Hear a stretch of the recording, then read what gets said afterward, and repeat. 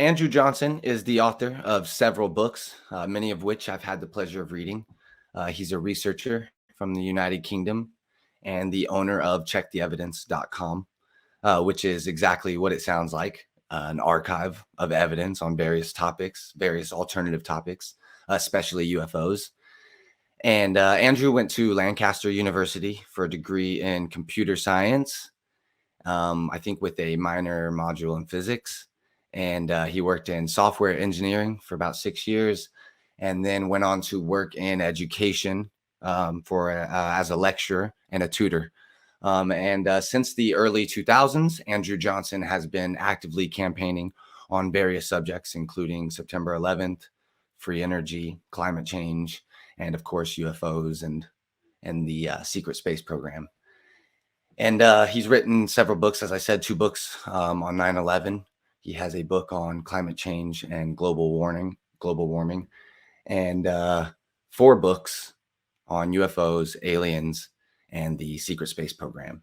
And the last 2 here, if I'm not mistaken, Andrew, are Acknowledged: A Perspective on the Matters of UFOs, Aliens, and Crop Circles, and The Earth, But Not As We Know It. Is that correct? Yeah, kind of. So yeah, basically there's a trilogy of 3 books about the space stuff and the sort of UFO stuff. So we've got Finding the Secret Space Program, which is, as its title suggests, about the secret space program, and there is one. And then I've got Secrets in the Solar System, which you've just got in the background there. Um, that's about solar system anomalies. And then, yes, Acknowledged, which is about UFOs, aliens, and crop circles. So those are like a trilogy of books that I've put together based on a number of PowerPoint presentations I've given over the years, which of course are then based on research I'd done in the years before that. And so the Earth book, The Earth But Not As We Know It, that's actually a kind of a different area. There's not much crossover into the sort of 9/11 stuff or the space stuff particularly, and that's about how the Earth formed. And we've got this Earth expansion, which to me is irrefutable. The Earth did expand since it was formed, so that's all covered in that Earth book, which is actually the shortest book, and it seems to be quite a popular book. That I think because a lot of people seem to be fascinated with this Hollow Earth story, which is kind of true but not true. And again, that's strange for me to say that, but if you read the book or watch the videos, you'll find out why I say that. But yeah, so what's important, I think, tying it with what you've been researching over the years, Chris, is from my conclusions, really, there are quite strong links between certain things to do with 9/11 and the UFO and alien topic and issue, and that indeed is where I started. That's where my awakening started, when I was investigating the UFO issue, or reinvestigating it back in 2003. Okay, so back in 2003, which is obviously, like you said, when you first got started, you had first learned about an organization called the NRO, the National Reconnaissance Office or organization, right? So we talk a little bit about that. Sure. I mean, that was when I first learned that it existed. I mean, it wasn't a focus of my research, um, but in looking at the UFO issue, the name NRO came up quite often, as did the No Such Agency, NSA. That came up quite a bit. And there's another one which is less well known as well, which is the National Geospatial Intelligence Agency, which I forget what I think it's not called the NGIS. It's something else. I think it's called NGS or NGA or something. That's the acronym for it.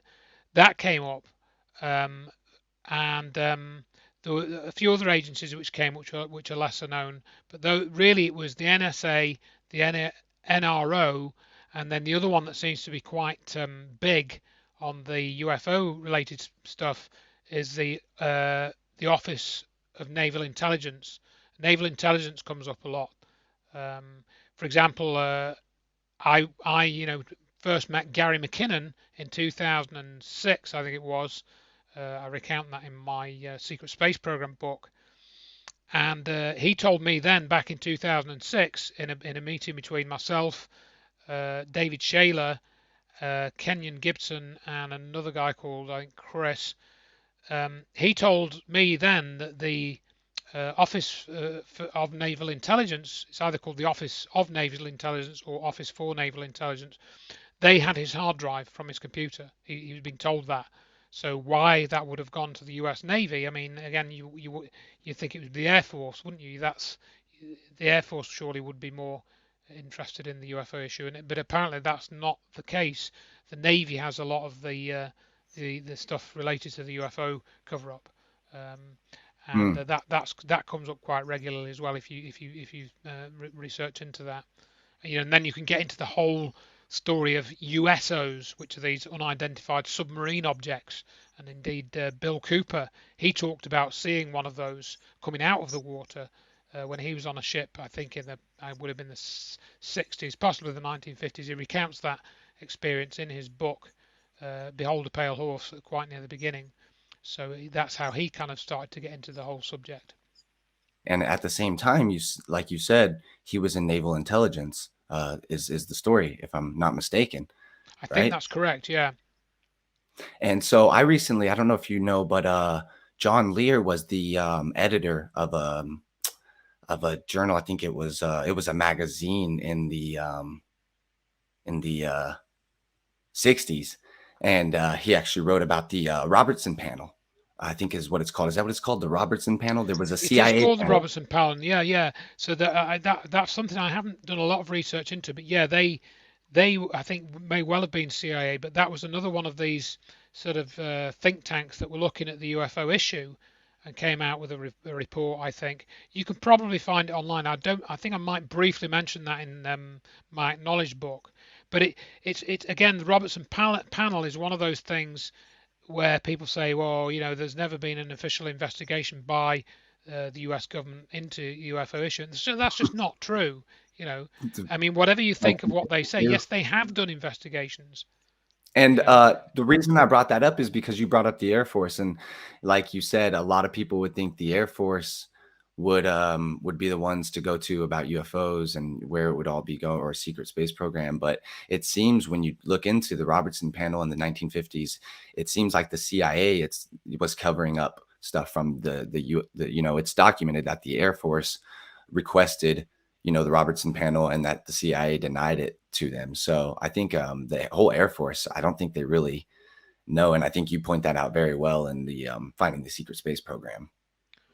yeah, I mean, I think it seems to be the case that there is so much compartmentalization, but that one agency doesn't really know what the entirety of the information another agency holds. I think that's seemingly what happens.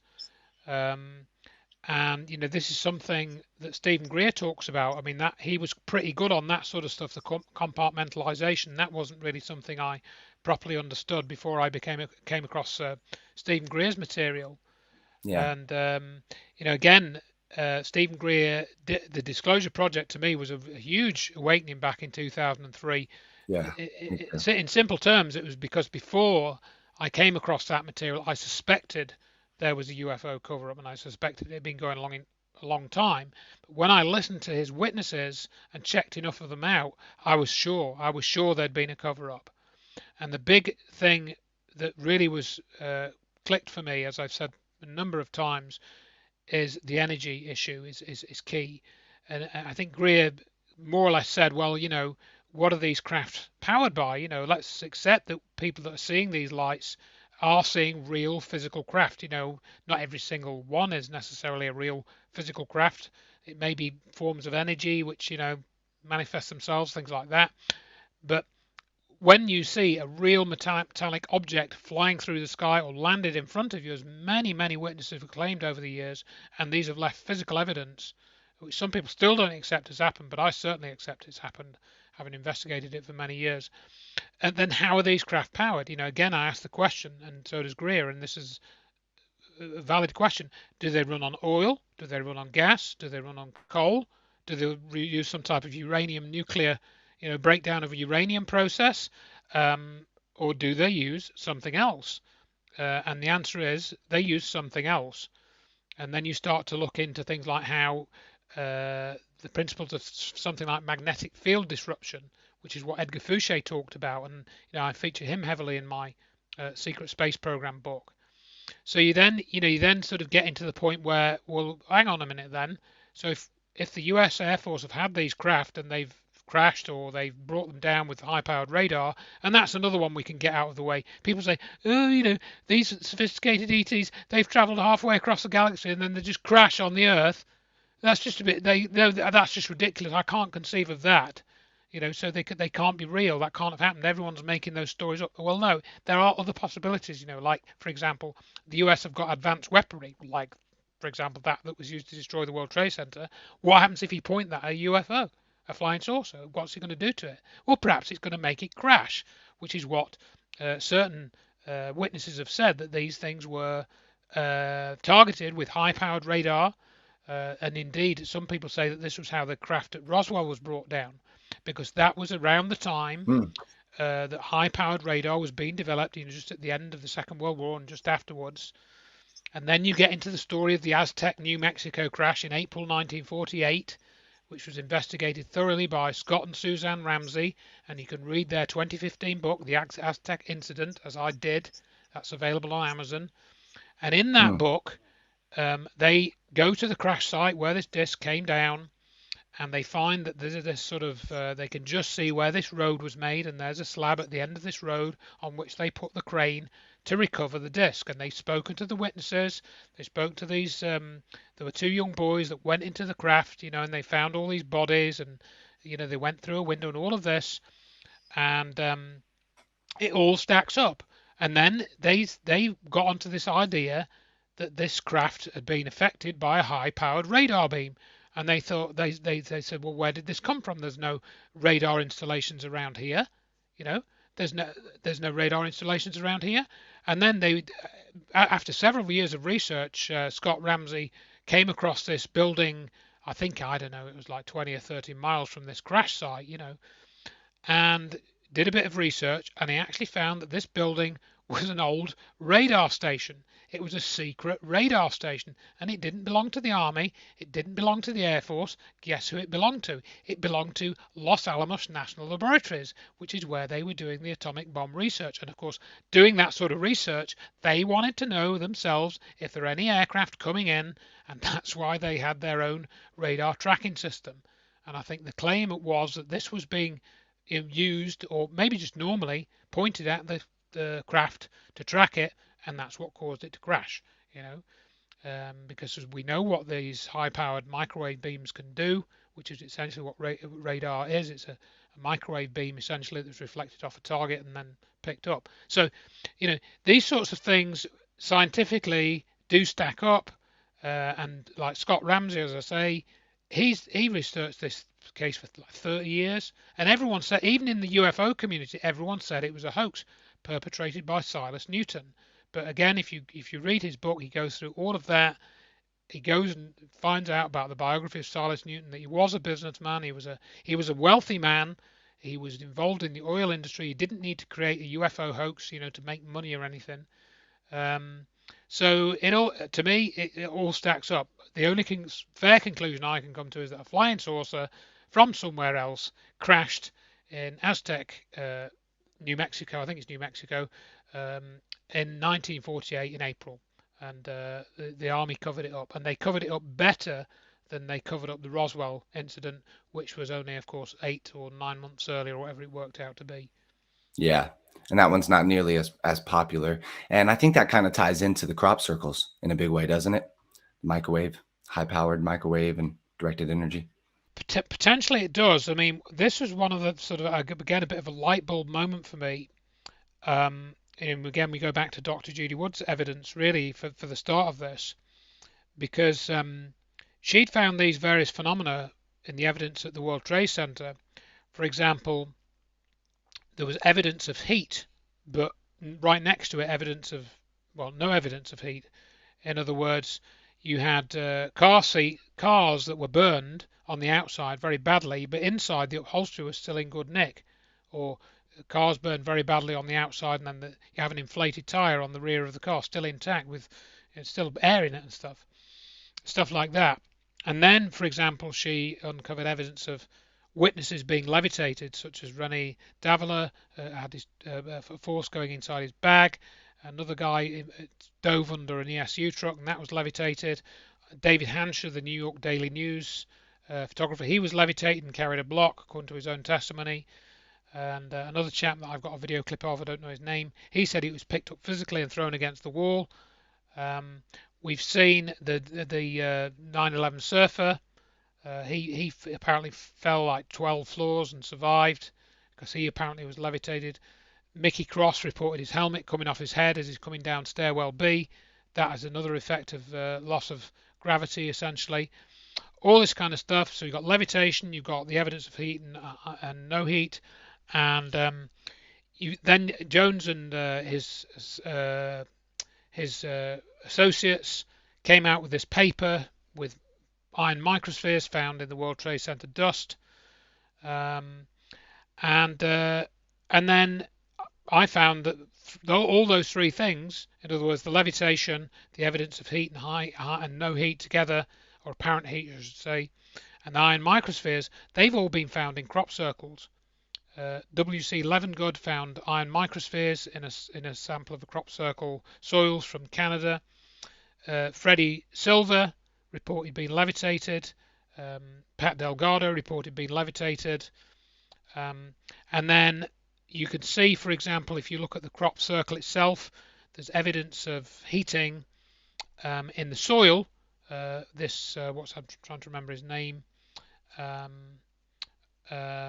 He basically did a study of the soil, and he found that crystals that were formed in the soil could only be formed at temperatures of like 600 or 650 degrees centigrade, yet the crop on top of that soil was just flattened. It wasn't burned. It wasn't burned to a crisp as it should have been. So he couldn't understand that. So also evidence of ongoing effects. Those were seen at the World Trade Center as well, with the fuming, and you can actually see certain crop formations actually re-imprinted on the next year's crop, as if the energy, there has actually remained.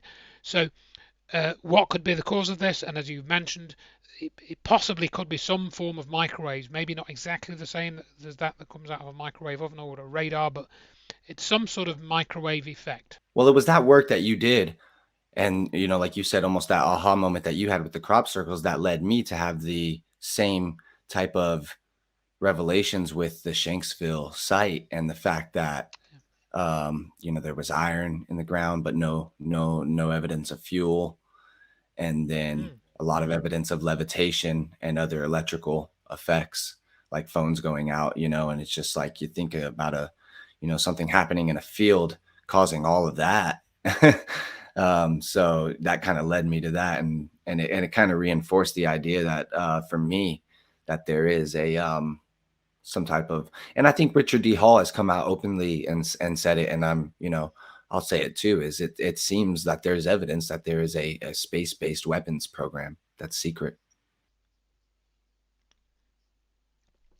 Yeah, I mean, I tend to agree, and absolutely, I think your findings at Shanksville, and I think you've worked. Has Mark Conlon contributed to that, or did you sort of find that most of that yourself? Yeah, I thought you two would work together. That's really important, because I think there was quite a bit of stuff you uncovered there that I wasn't aware of. So, and Mark had told me some of that. So that again is a really important area of research because, it's become more clear from some of the stuff that you and Mark have looked at, and I think Dr. Judy had looked at some of the stuff in the Pentagon as well, that we've seen the same sort of technology used at all three sites. Whereas, of course, primarily, we focused on the World Trade Center. It looks like similar things went on at all three sites, maybe not to the extreme that it was obviously happened at the World Trade Center, but nevertheless, same sort of thing. And so, yeah, it does, it does look like there is some sort of spaceborne technology. We can't prove that, I don't think, but everything that we've looked at seems to suggest that that's where it is, or that's where at least some of it is. I think who is it? Is it Carl James, your friend Carl James? Yeah, Okay. he is I think a great contributor to this too, because I think part of the reason that, like you said, we can't prove that is because of science fiction and other things like that shaping our perception of Yeah. reality, if you will. And it's almost, like I don't understand why we live in such a world, when clearly space weapons have been around and talked about since the 80s, which was 40 plus years ago now. And we still live in a world where people just think that as sci-fi. And I think maybe his book, can help some people understand maybe why that is too. But you go into that in your books as well, in the secret space program, finding the secret space program. Yeah, that's right. And I mean, I recount certain experiences I had, sort of tangentially related, I suppose. But yeah, Carl James's book, Science Fiction and the Hidden Global Agenda, he goes into a lot of that. And I think his work is very important in providing a bridge between the 9/11 research and what we've just been talking about in relation to some of the secret space program, and how, as you say, that sort of is being portrayed in science fiction films in various forms and novels, such that people can only conceptualize it in a fictional context. And when you get people like Ben Rich coming out and saying, well, we have the technology to take ET home, you know, that, which he said in a lecture in 1992 or something, or 93. That's in the Secret Space Program book as well. People just kind of just go, oh, what? Yeah, oh, okay, right, yeah, that's interesting. They don't. Yeah, he was. I think he was. I forget his official title, but I think he was. His title was head of Skunk Works or aircraft development or something. Yeah, yeah, exactly. So, and then you hear these stories that everything that was in Star Trek they've already done. Several whistleblowers have apparently said that. It may have been that Ben Rich was one of them, but I haven't got the exact quotes to hand. So, so yeah, people, when you come out with this stuff and tell them that you think this technology is real and it's been used, they just think, yeah, yeah, it's been used in Star Trek, right? Yeah, okay, and they don't they can't process it beyond that. Really, it seems for the It most part. creates a stigma, like in a big way, especially when you're doing investigative research and you start talking about exotic technology. It's really created a stigma for me, like in a weird way. And Yeah, specifically, what I want to talk to you about, which is the advanced illusion or stealth, psychological stealth technology, right? And being the explanation for some of these sightings, some of these UFO sightings and things like that. What do you think about that? yeah. Well, again, this is something that came up in a couple of times in my up. I think it's one part of that is in the Secret Space Program book, and the other part is in the Acknowledged book. Um, in the Secret Space Program book, I talk about my interviewing and discussions with Edgar Fouché, who's the guy that has the documents to prove that he worked for a short period of time in the Nellis Test Range, Nellis Air Force Base, the Nevada Test Site, whatever they call it. And he got, I think he worked there for 10 days or something, temporary duty in 1979. And he he said he had various contacts. He worked on this thing called the direct docile module, which was the direct orbital code link. It's all in the book. And he then started talking about quasi-crystals. And I think you did a bit of research into this as well, didn't you, with Mark, and found some stuff.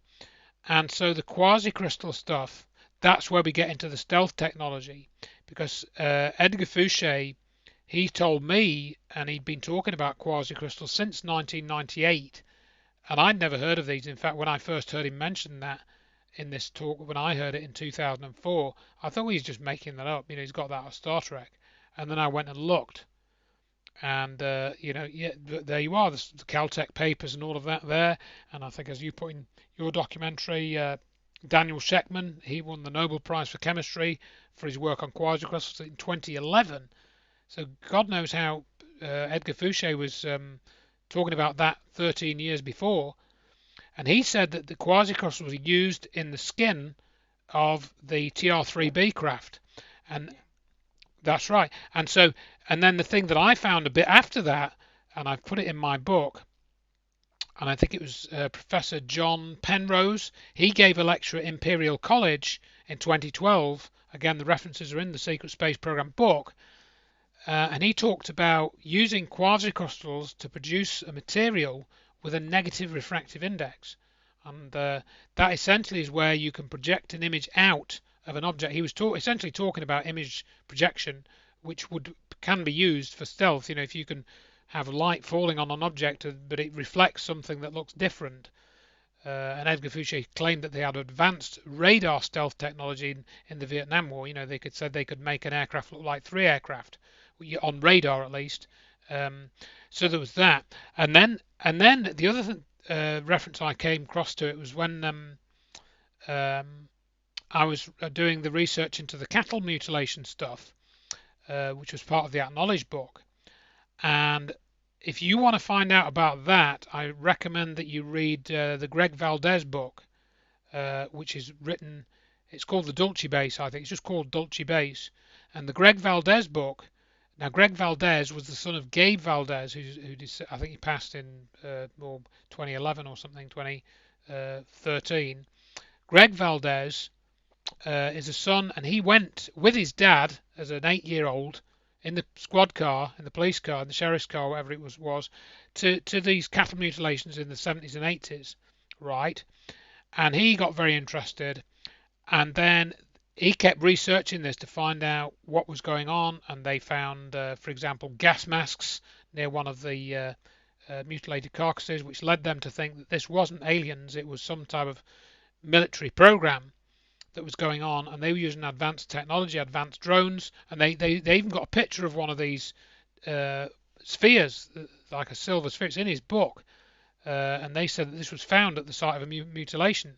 It's just amazing, really. And then they tell this story that when they saw one of these objects flying around near the cattle, right, they were talking, and then this object was reacting to them talking, right? They would say, oh, we'll go over there, and then this object would back off. And then I think they encountered this object on more than one occasion, this orb thing, and they decided to talk in Spanish instead of English, and the orb didn't react. So it's like they were being listened to in it by somebody who understood English, but when they spoke in Spanish, whoever was listening at the other end didn't understand it, and they were able to do more, or whatever, or fool it a bit, or whatever it was. It's really interesting account. Yeah, it's in Greg Valdez's book. Yeah, yeah, yeah. His son wrote the book, and then they said ended up going to Dulce. Dulce Base gets a bit confused because there's a Dulce Mountain and there's a Dulce Mesa, I think. I forget the exact names. And that's it. And he writes about that, and he said that this base, there is a base there, and they found what it was. They found an entrance to it, but it's actually up on the hillside, or it sort of does go underground, but not like deep underground.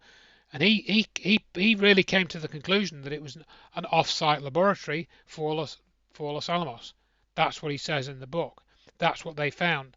And when they were out on this field trip trying to find more about this base, I think they found a ventilation shaft, and I think they were able to work out from that where this entrance probably was, because various aircraft had been seen going towards this like level part of the mountain. So he reckoned they've got some entry, door that craft can fly into in the dead of night, because lights have been seen there. It's like in the middle of the desert, so nobody really lives there, and it's all in the book. It's all in Greg Valdez's book, and but what he said was they took some pictures when they were on this field trip, and I forget exactly how he describes it in the book, but he had got word from one of his contacts that what was shown on one of their photographs was an optically stealthy aircraft.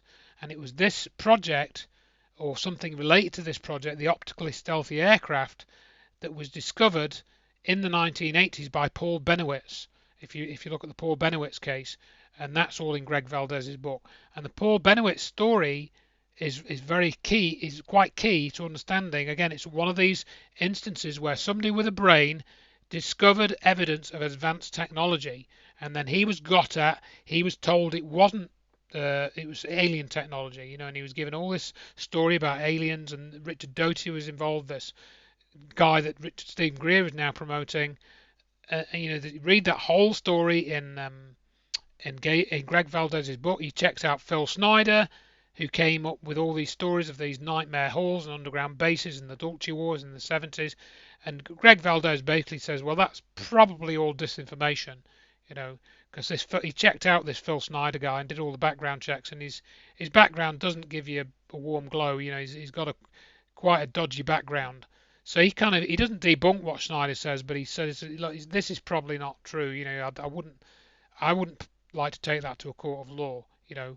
A couple things to touch on with what you said. Those guys, first of all, those guys are featured in a film called Mirage Men, Mhm. right? I don't know if you've seen that. It's pretty I have, mainstream. yeah, a while ago, a few years ago, yeah. Okay, yeah. And in that film, there's a security guard who allegedly um, worked down at Wright-Patterson Air Force Base and saw holographic technology. And it's mentioned very quickly in the film, and then it just keeps going. Okay. And I think that's interesting that you brought that up, because also you also brought up Dan Sheckman and Ed Fouché. And it just so happens that Dan Sheckman worked at Wright-Patterson Air Force Base. And I wanted to get your opinion on I know obviously a lot of this is in your book and people can go read it. And I think you outline even what you were talking about with Greg Valdez and that evidence well in your book as well. But my question to you is the evidence about Roswell and the remains of Roswell being taken to Wright-Patterson Air Force Base, and then Dan Sheckman discovering quasi-crystals at NIST, which is actually the place that ends up giving us our report about, you know. So I wondered your opinion about all that.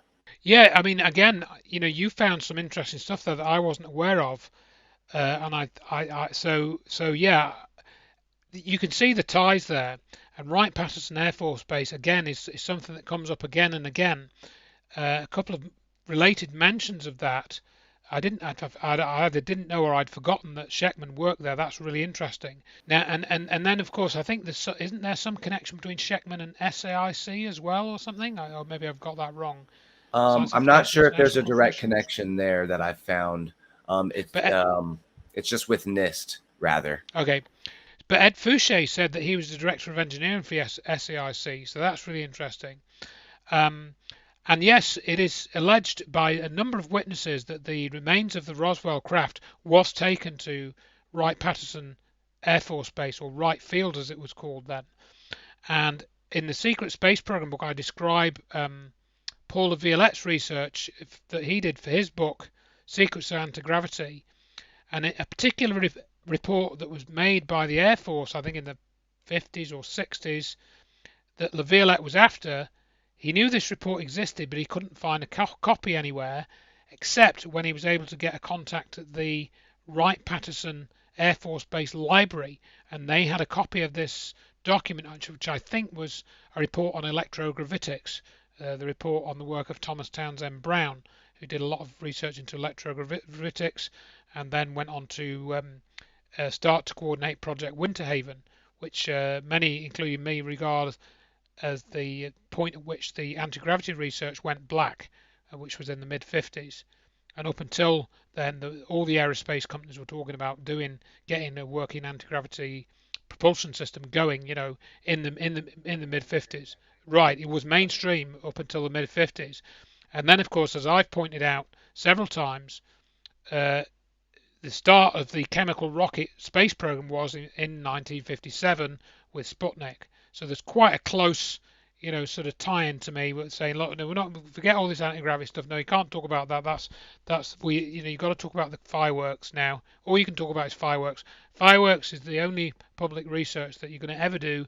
You're never going to look at electrogravitics. You're never going to look at magnetic field disruption. Just forget those. They're not viable. You know, just concentrate on your fireworks. Don't talk about anything else.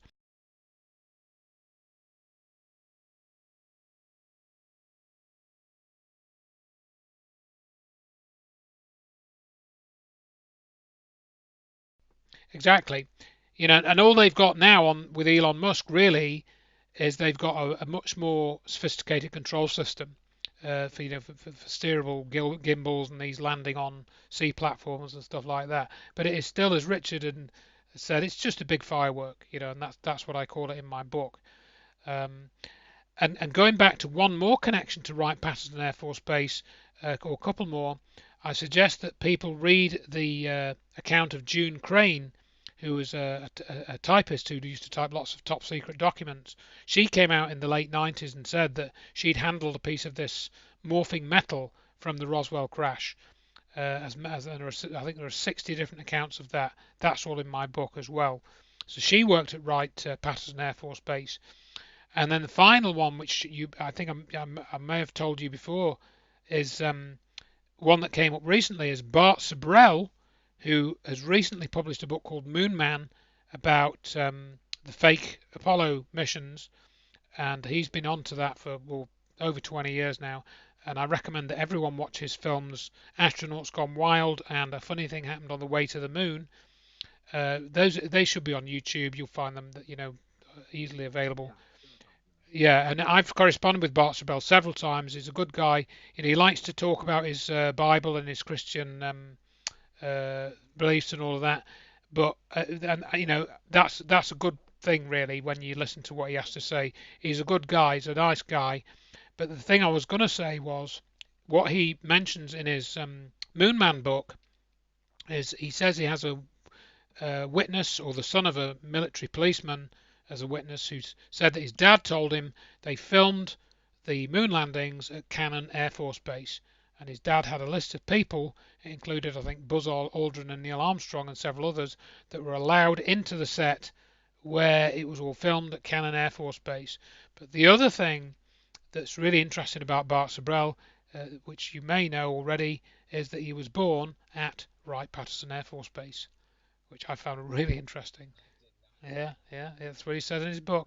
Yeah, yeah, yeah, yep, that's right. His dad was in the Air Force, I think. So make of that what you will. Um, so yeah, yeah. So there are many connections between Wright-Patterson Air Force Base in terms of like the Roswell incident and also some of the anti-gravity research as well. So I think there's a lot of stuff there, and I think it was Senator Barry Goldwater. He said that they have this blue room there, which is where they keep, a lot of this stuff. And he asked Bobby Ray Inman about that, who was one time head of the NSA and then went on to be the head of Science Applications International Corporation. And Bobby Ray Inman just went completely ballistic when he asked him about that. Why don't you talk a little bit about Bobby Ray Inman, because you mentioned him in your book. Actually, you have a whole section in your book. I think it's in the Secret Space Program book, the same one that we've been talking about a lot here. It's Stephen Greer, SAIC, and Bobby Inman. Yeah, so Stephen Greer mentions SAIC in his disclosure material, I think a couple of times. He has a witness called Denise McKenzie. She said that SAIC was a big benefactor of the black budget for the UFO, stuff, basically the UFO black programs, the unacknowledged special access programs, USAPs or SAPs, special access programs. And yes, she mentioned them, and then of course, as we said, Admiral Bobby Ray Inman. I assume Admiral means Navy, doesn't it? So there we've got the Navy coming up again. He was then went on to be on the board of directors of SAIC after he left, presumably the Navy, and then he worked for the NSA as well, as he was the head of the NSA as well. So Bobby Ray Inman, I think he's still alive. I think he's probably in late 70s, early 80s now. He pretty much, I would say, he knows pretty much the whole shebang. He will know what happened on 9/11. He will know, for example, what's going on at Wright-Patterson, or at least some of it.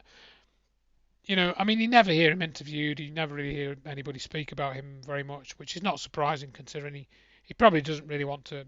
I've seen one interview with him on YouTube that was where he was giving a talk somewhere in mid-America, just at some village hall or something, and it was about something innocuous like, I don't know, American politics or something. I forget what it was. It wasn't about the UFO thing or anything like that. It was something pretty innocuous.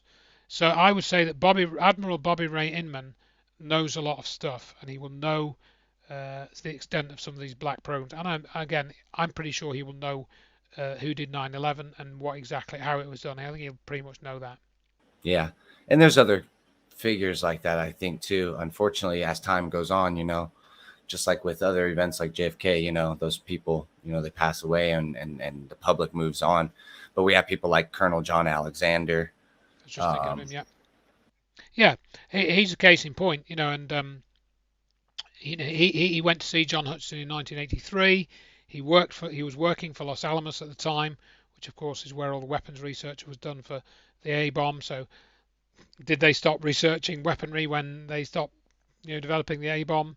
Probably not, and they're not going to advertise the fact, are they? They're not going to tell us, the likes of you and me, about it, you know. Um, but the other thing we should mention, of course, is Stephen Greer in relation to what we were just talking about, SCIC. I think it's fine for Greer to bring up SCIC in relation to the UFO cover-up, because most people don't believe in aliens, and these things are all rubbish anyway.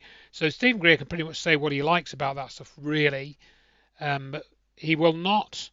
In fact, when this chap that I know asked Greer about the compelling evidence for the use of directed energy weapons on 9/11, Greer essentially ducked the question, but in true, what's the word, a hidden confession style, he actually says in his reply that he'd known about, but I've known what you've just asked about since it happened. My whole security team lit up like you wouldn't believe when that happened. So, in other words, he actually says at the end of his little diversionary sort of soliloquy answer, that he knew that directed energy weapons were used on the day it happened. You know, I believe him. Yeah, that's probably the only truth. It is, yeah. Well, I've got the recording in the presentation and the video, because he said it at some event which was yeah, recorded, and I yeah, you can find that recording. That's right. Yeah, there is. yeah. I mean, if the YouTube hasn't been deleted, all the links are in my book. And Um, you also mentioned in your book, if I'm not mistaken, that he basically just said that SAIC was a benefactor of the black budget, like one yeah, of the largest, or if not the benefactor of black budget programs, those that's USAPs that you right. mentioned.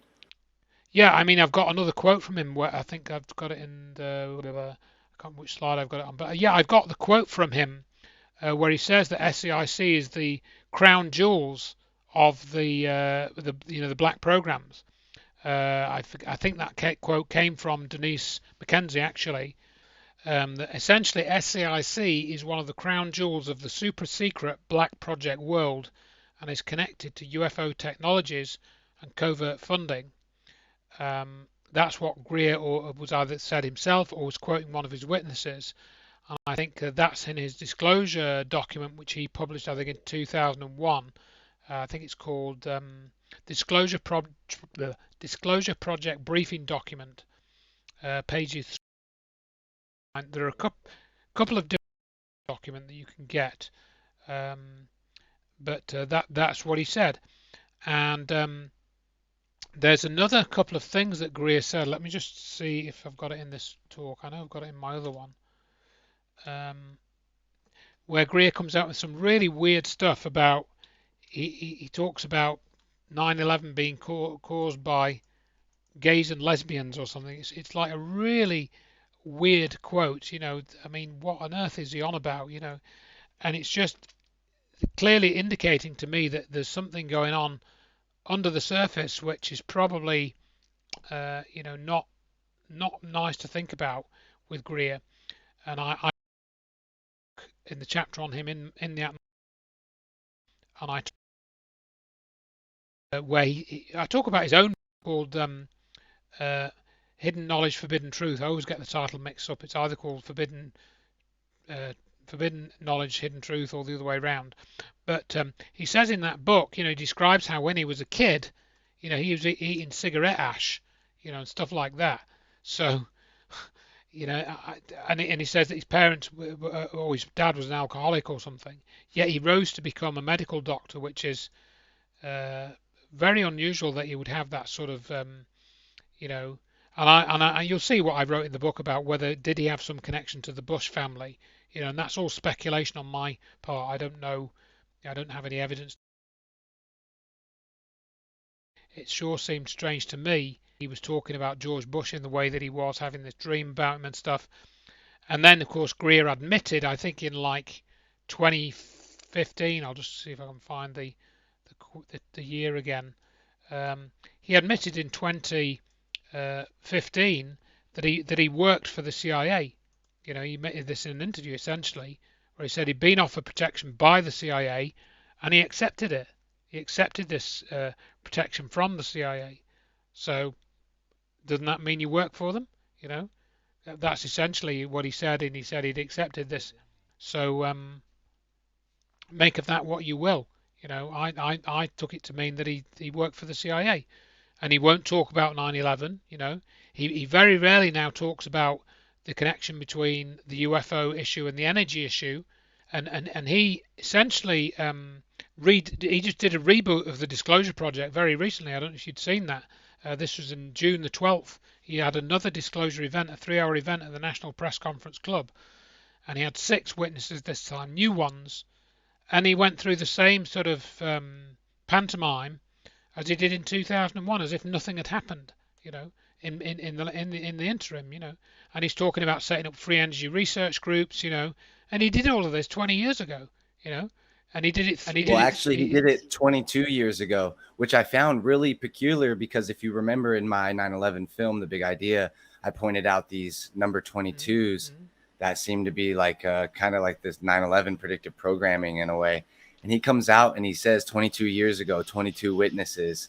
Well, I mean, again, you know, you could look at it from, you know, the occult perspective in that it's got this magical power, the number 22, to cause certain things to happen or not happen. You know, having the number 11 and the number 22 is meant to be indicative of certain synchronicities, isn't it? And certain things which guiding you in a certain direction, maybe. So if you directly use those numbers, maybe it's meant to influence. I mean, some people say, you know, you can influence the course of time, the course of history by using these symbols, these numbers. You know, that's what some of the occult belief systems apparently are based on in some way, which I don't really understand. So that I think it's quite possible that Greer is involved with some of these. You know, he's in the know for some of these things, and he's gone along with this reboot of the Disclosure Project, knowing that really it's pretty meaningless, really. Particularly as he's, you know, like for example, his website is now called SiriusDisclosure.com. So what's this Sirius thing? Well, actually, okay, Sirius is a star in the sky, but Sirius has great occult significance, and it was very significant to the ancient Egyptians and stuff. So, you know. So it's interesting because, again, I'm doing this all because I'm producing a documentary about Project Bluebeam and, you know, the potential, the question of whether or not a lot of the UFO sightings could be tied to this advanced stealth technology, right? And when you go, I try to really dig deep into where this came from. And you have Serge Monest, who I'm sure you've heard of. But really, a lot of this, after he published it, was pushed in the 90s with Christian ministry websites, particularly. It's like the thing that was talked about in Project Bluebeam, specifically by Serge Monest, which I've been translating from French, is that the New Age movement people are all part of it. That's basically a big thing they were talking about. And obviously, you could say they have a Christian bias, right? And that's why they say that. But I'm starting to kind of wonder that now with myself when I see people like, for instance, David Icke, right? We've talked about him before, and you've gone into that. We don't have to go deep into it, but again, like these are people who kind of help push a New Age religion, if you will, a one world New Agey idea that we're all, you know. And it's almost like when you say Sirius is his website name now, and it ties all into the occult, it makes you wonder, like, if really all these so-called alternative researchers and truthers are part of this grand conspiracy. Yeah, I mean, you know, I've looked at some of that maybe from a slightly different angle. You know, and I sort of bought into Greer's ethos in the early 2000s, and along that theme of like the New Age stuff, he's always claimed, and he still does, that there aren't any evil aliens. You know, they're all these enlightened beings. They've got all this advanced technology, and you know, what if they wanted to wipe us out, they would have wiped us out. And I kind of had a lot of sympathy with that sort of thinking or that argument, and I still have a little bit of sympathy with it, but now I think it's much more complicated than that, because I think there are other forms of predation than physical predation. And I think what he talks about in terms of consciousness, Greer talks about that. Again, he's got some valid sort of thoughts on that and stuff. But again, it's about manipulation and deception. He doesn't really talk about that as much. And of course, Project Bluebeam itself is essentially about deception. It's about a way of deceiving people on a large scale using, fake imagery and stuff. And I think maybe, I don't know, maybe it was put into the Christian ministries and stuff as a target, because I think this was even on Alex Jones, wasn't it? They were going to sort of project images of God or Jesus or Allah, into the sky, and they'd apparently had done a demonstration of this somewhere, and that's how they were going to sort of say, oh, it's the second coming of Jesus. You need to repent and do what we tell you to get forgiveness and go to heaven.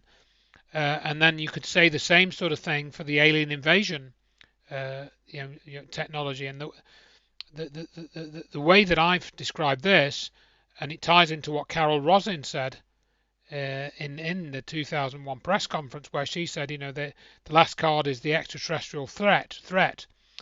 And again, back to the science fiction and predictive programming, we look at the 1996 Independence Day film, and in that film we see the Empire State Building being blown apart by a massive flying saucer that's over the top of it. It fires down a beam and it just completely dissects the building down the middle, and blows it apart. So I've pointed out many times now since, I don't know, about 2012, that once you understand that the planes on 9/11 were a projection, some sort of image projection, as you and Mark have gone at some length into, this volumetric 3D holographic technology, which you've sort of established a fairly good chain of evidence that has been developed, and there are even versions of it in some form or another in the white world now, and have been for a few years. So going back to the quasi-crystal stuff and the stealth, we can imagine they've got this advanced technology in the black world, and they used it on 9/11. So then switch to the fake alien invasion. Look at the image of the destruction of the World Trade Center on 9/11, it turning to dust. What's the only thing that's missing from the Independence Day scene? Well, if we've got the same city, a different building, it's being blown apart from the top down, apparently, turned to dust, turned to small pieces. The only thing that's missing is a flying saucer over the top. So if we change that plane to a flying saucer, from a plane flying into the side to a flying saucer over the top that's just hovering there, we've got that very scene from Independence Day being played out in real life, wherever it is, in Dubai or wherever they pick for this event, whichever occult target, looking target they want to use, the one Freedom Tower in New York, whatever it is, might be. They've got it. They could, I'm convinced they could do it, and most people would believe it, because they don't know what you and I know, and they haven't looked at what you and I have looked and seen this chain of evidence going right back through history, to the beginning, middle of the Second World War, or whatever. They haven't seen all of that. They haven't studied it like we have. So that's my take on where the Project Bluebeam would be.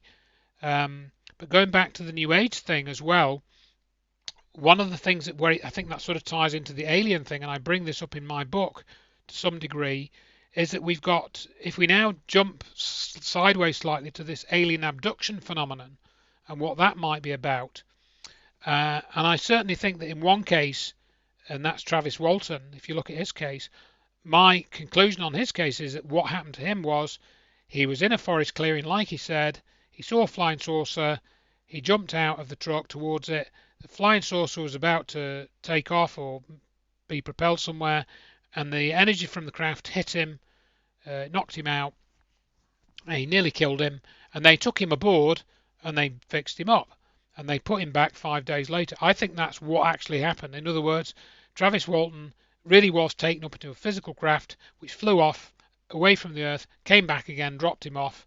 You can read his whole book, see what you make of that story, and that's a lot different to the other many of the other abduction stories, whereby people talk about being laid on a table, having probes stuck in them up the nose, in the leg, in their ankles, in their ears, having these little things put in them. I'm trying to think of the name now, these little chips or whatever. And indeed, Roger Lear apparently took some of those out, and I think he was a legitimate guy. I think he was a bit unreliable on certain things, but the basis of what he said with regards to these implants, I think that's probably true. But going back to the New Age thing, which was what I'm trying to get to, some of these people talk about meeting, benign aliens, and they told them all this stuff. They were from Zeta Reticulum, wherever it was, um, and that they come to the Earth to help us become enlightened. And look, look at all this environmental damage that you're doing in the Amazon. This can't go on. It's going to kill the planet, and you're going to kill your oxygen supply and stuff. And again, I sort of believed that, 20 years ago, that, oh yeah, these are really good aliens, they're trying to help us and stuff. But then I thought, hang on a minute, some of these abduction cases, they happened after 2001. So why aren't these aliens telling people, look, you've got these people on your planet who've got this technology that can turn buildings to dust, and they can control the weather. So all this environmental damage that you're being blamed for, it's not your fault. It's these guys that have this technology. And I'm thinking, well, if I can work that out from what I've read in Dr. Judy Wood's book and whatnot, why can't the aliens do it? They must be able to see all of this.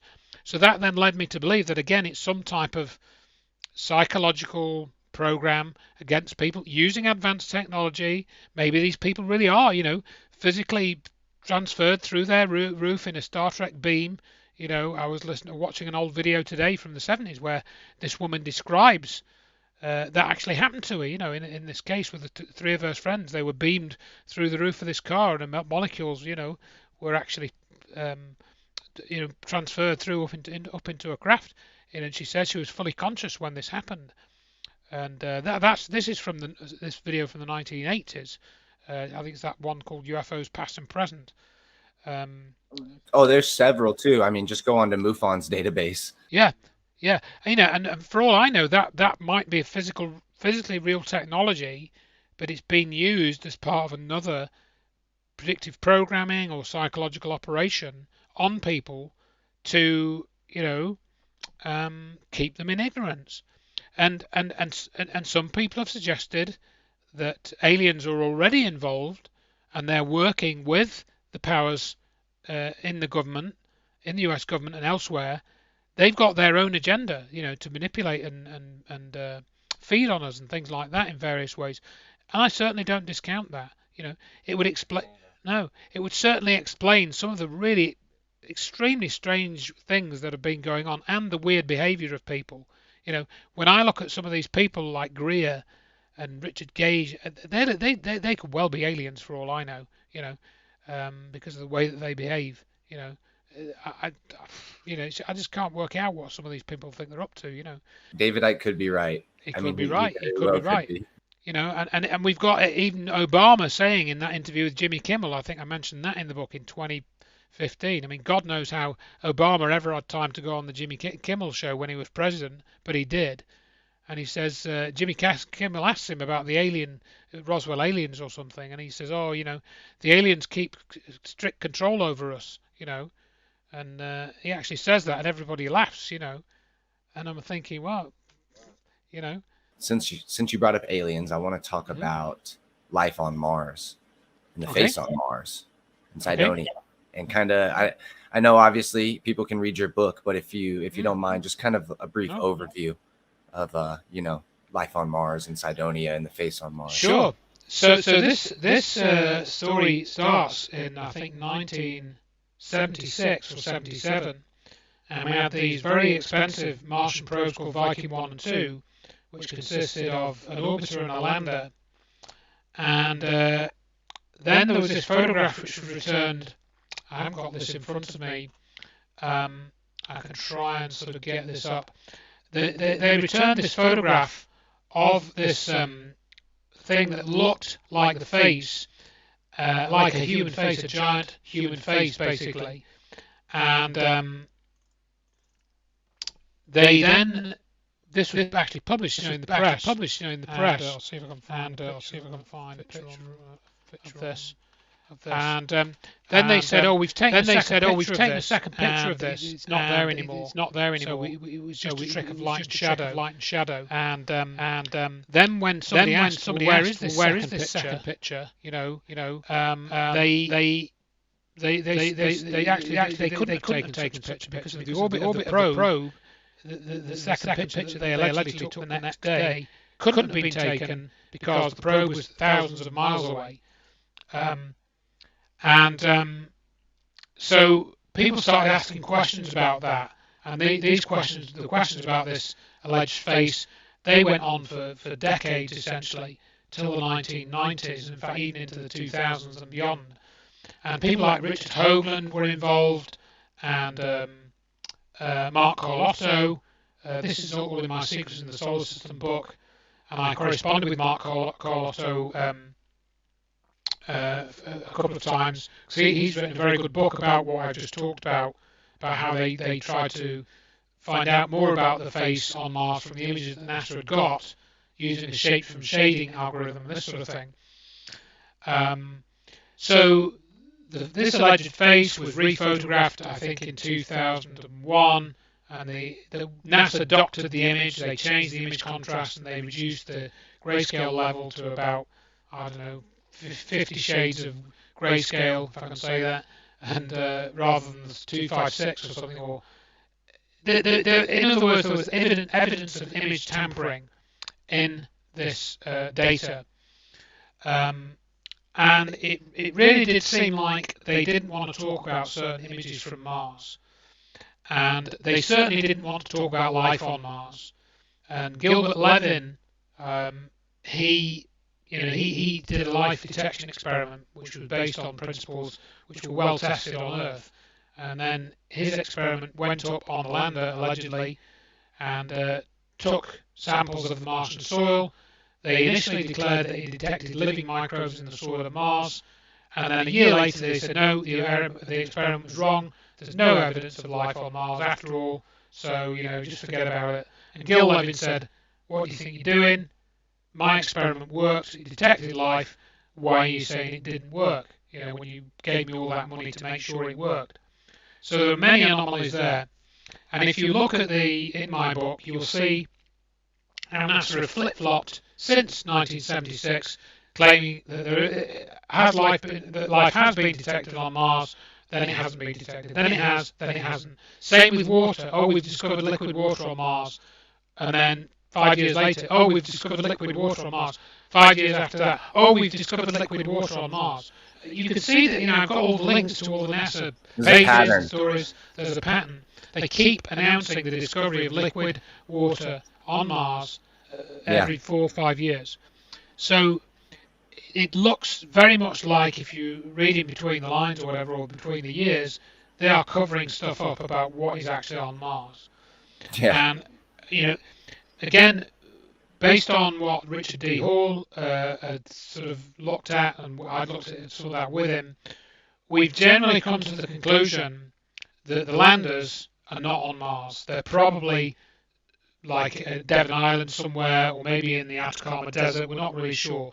But the landers themselves are probably not on Mars, because of the difficulty of landing an object on another planet. It is very, very difficult to make it land successfully. Something that's of any size, at least, bigger than, say, I don't know, an office desk or something like that.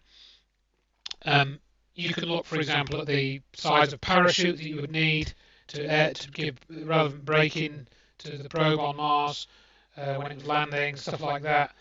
But isn't that assuming white world technology and not exotic? True, that is true. They could have taken pictures, as they could have taken some of the pictures of the moon using black technology with anti-gravity drives.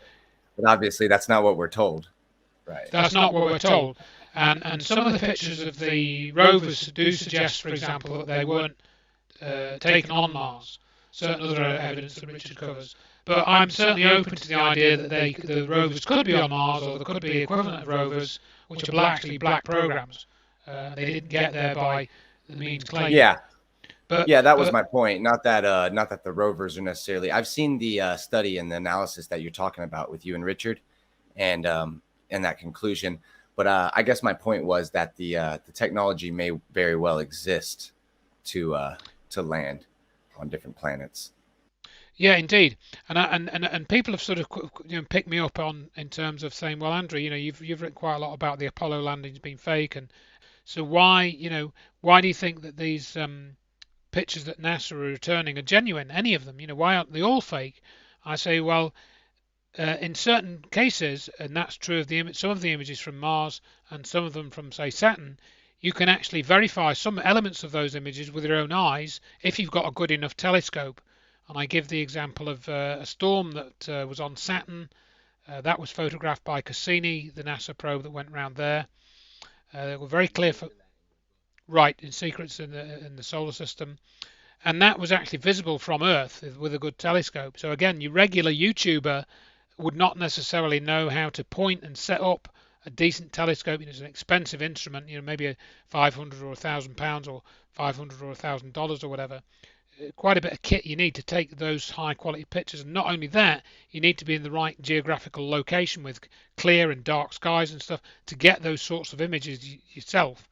But nevertheless, you can get them, and so that's why I think currently the public orbiter programs like Mars Global Surveyor, like Mars Reconnaissance Orbiter, um, they are real, and the pictures they've returned are real. And I think that some of the pictures are so good they have needed to cover certain elements of them up. They've airbrushed them because I have concluded that there are artifacts on some of the um, bodies in the solar system which show some sort of activity, some sort of artificial activity. Aliens, humans, black world. I don't know what it would be, but structures on Mars, I think certain of them are fairly clear actually, and not just the face. There are others, such Well, as it's interesting you bring up Saturn too, and Saturn's rings and Cassini. I mean, of course, you probably know about the book, The Ringmakers of Saturn. yes, Um, indeed. but you point out in your book about Stephen Greer covering up elements of Cassini. Yeah, there's something to do with that. Now, I'm not.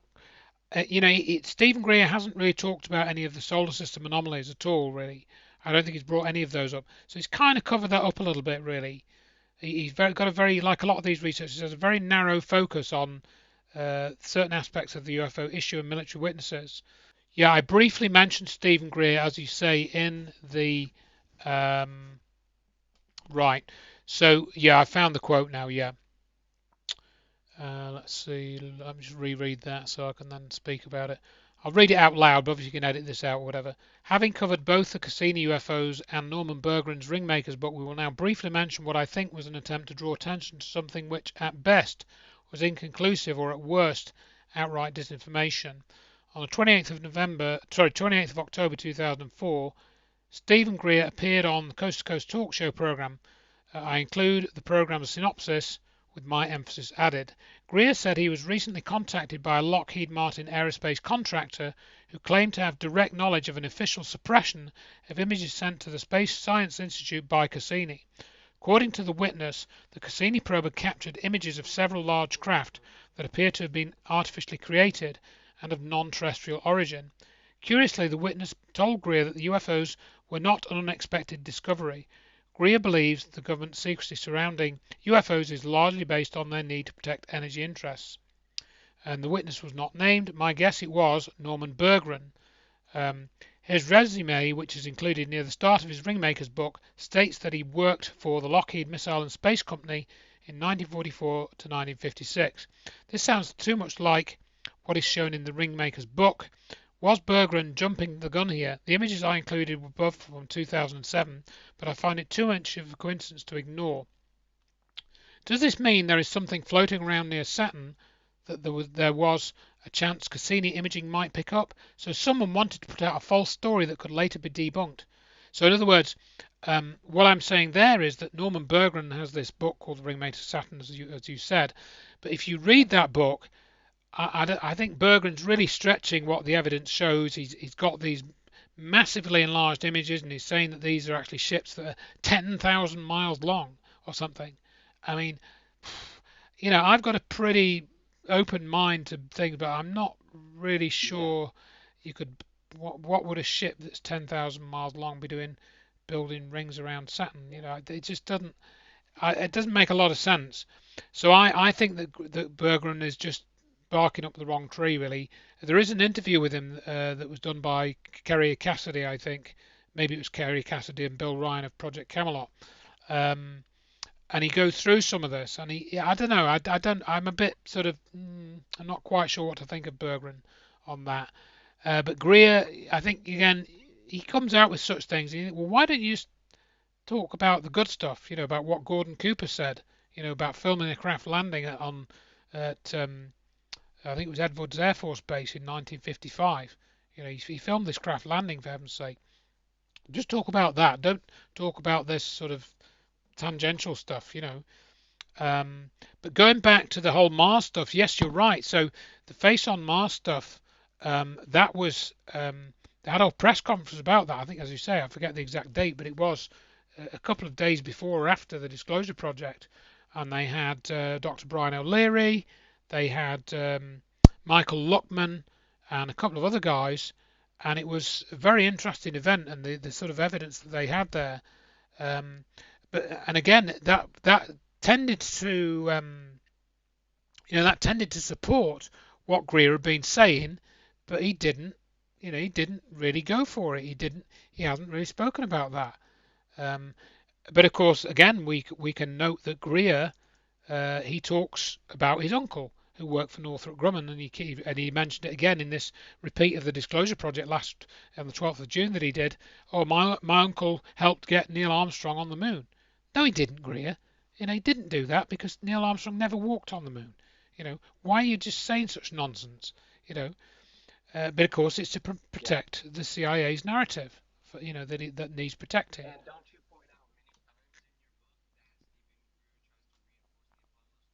Yeah, I think there's a couple of times in my book, um, and he's repeatedly going on about it when he could just not talk about it. If he didn't want to talk about it, he could just not talk about it, you know.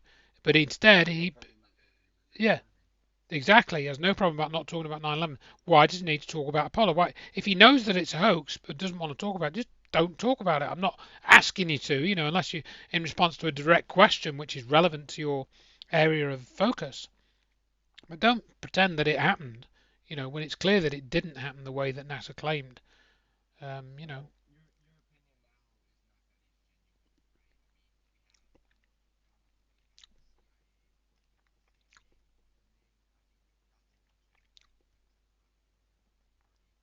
oh, yeah,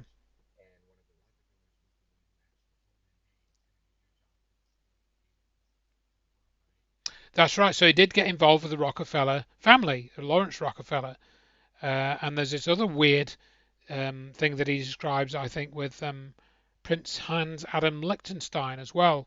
I've got that in the book, and that's to do with, I think, the an abduction case involving Linda Napolitano in New York City.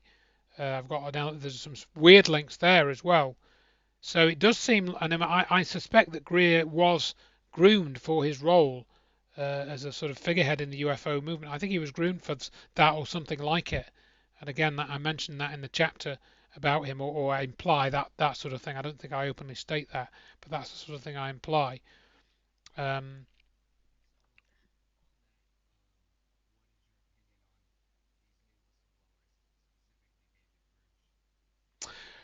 well, again, I don't know about him personally, but what is kind of interesting is they have that one thing that is slightly different this time, which somebody pointed out to me, and I can't remember the exact statement, is that there has been discussion of weaponization of the technology. In other words, technology that has been recovered from crashed disks and whatnot has been weaponized. There is some brief mention of that somewhere. I don't know the exact words. So that's kind of new, and that did surprise me because up until now, that's been a big gap. None of these whistleblowers have talked about advanced technology being turned into a weapons system that's been deployed. That's right. Yeah.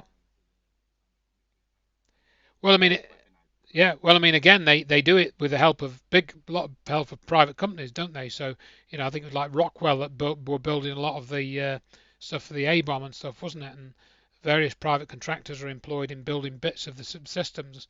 So it's not just the U.S. military, but of course it's the U.S. military and their contractors. So we've got to include those.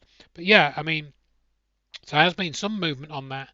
The Again, the is it reason enough? I brought up Grush to you is it seems different this time, like you said. Also, um, aside from the weaponizing, which is very interesting because I didn't actually know that or look at that, so I'd have to look more into that. But the fact that this is a whistleblower coming from the military allegedly, but then when you actually look at the story, it turns out he approached Stephen Greer, and Stephen Greer was one of the people who gave him a lot of his information that he blew the whistle on. And it's like, well, now is Stephen Greer now a handler of these, or has he always been?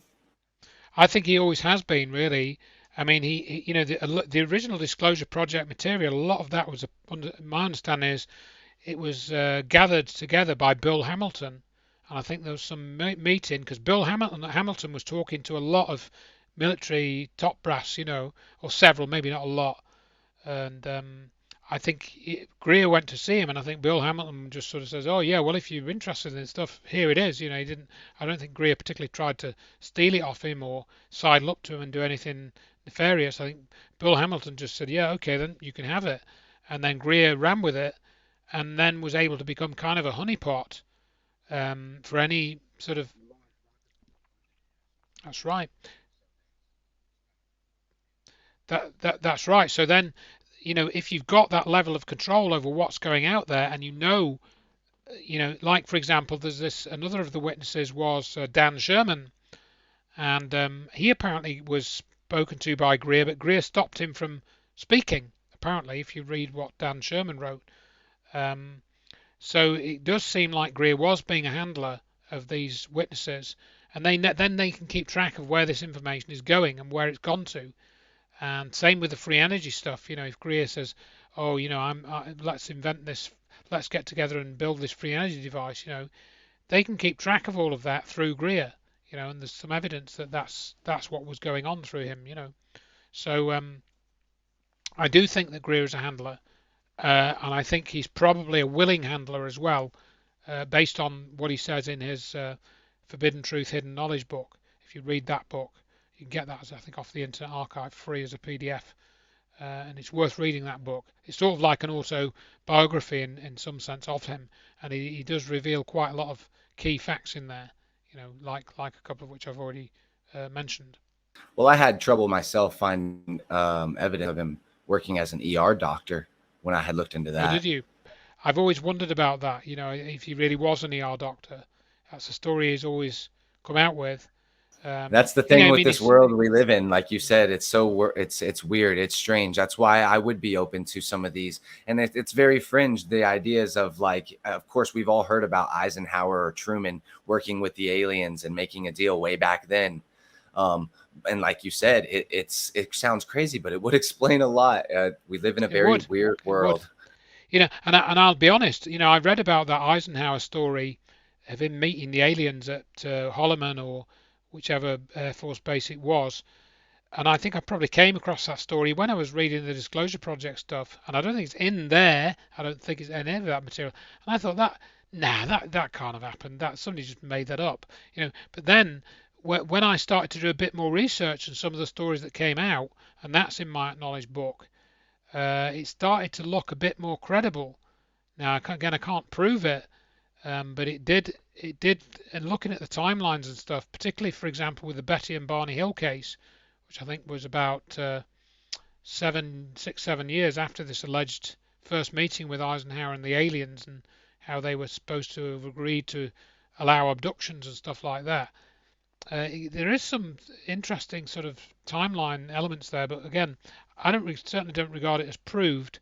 But again, there's other stuff which came up in that UFO cover-up live documentary, which was broadcast, I think, in '85 or '88 or something. And one of the Air Force witnesses there, Paul Shartle, said that he saw a film of this landing, of and an alien getting out. He said he saw that film. I think he was a media library manager or something for the Air Force or something. Paul Shartle was his name. You read that story and see what you make of it. I think he was responsible for raising the purchase orders to buy equipment or materials or rent locations or something or whatever, or trade, or offices or hotels that were needed or something. So he said that he'd seen this film, and he knew it hadn't been made as part of an exercise or something. As far as he was concerned, it must have been a real film that he saw. Yeah. So there's some really interesting. I've tried to put a lot of the compelling stuff in the book, basically, which is, I thought, yeah, that's probably true, you know, um, and some of it is definitely true, like we haven't even got into the Star Child skull, for example. That's definitely true, and seems to be the smoking gun evidence.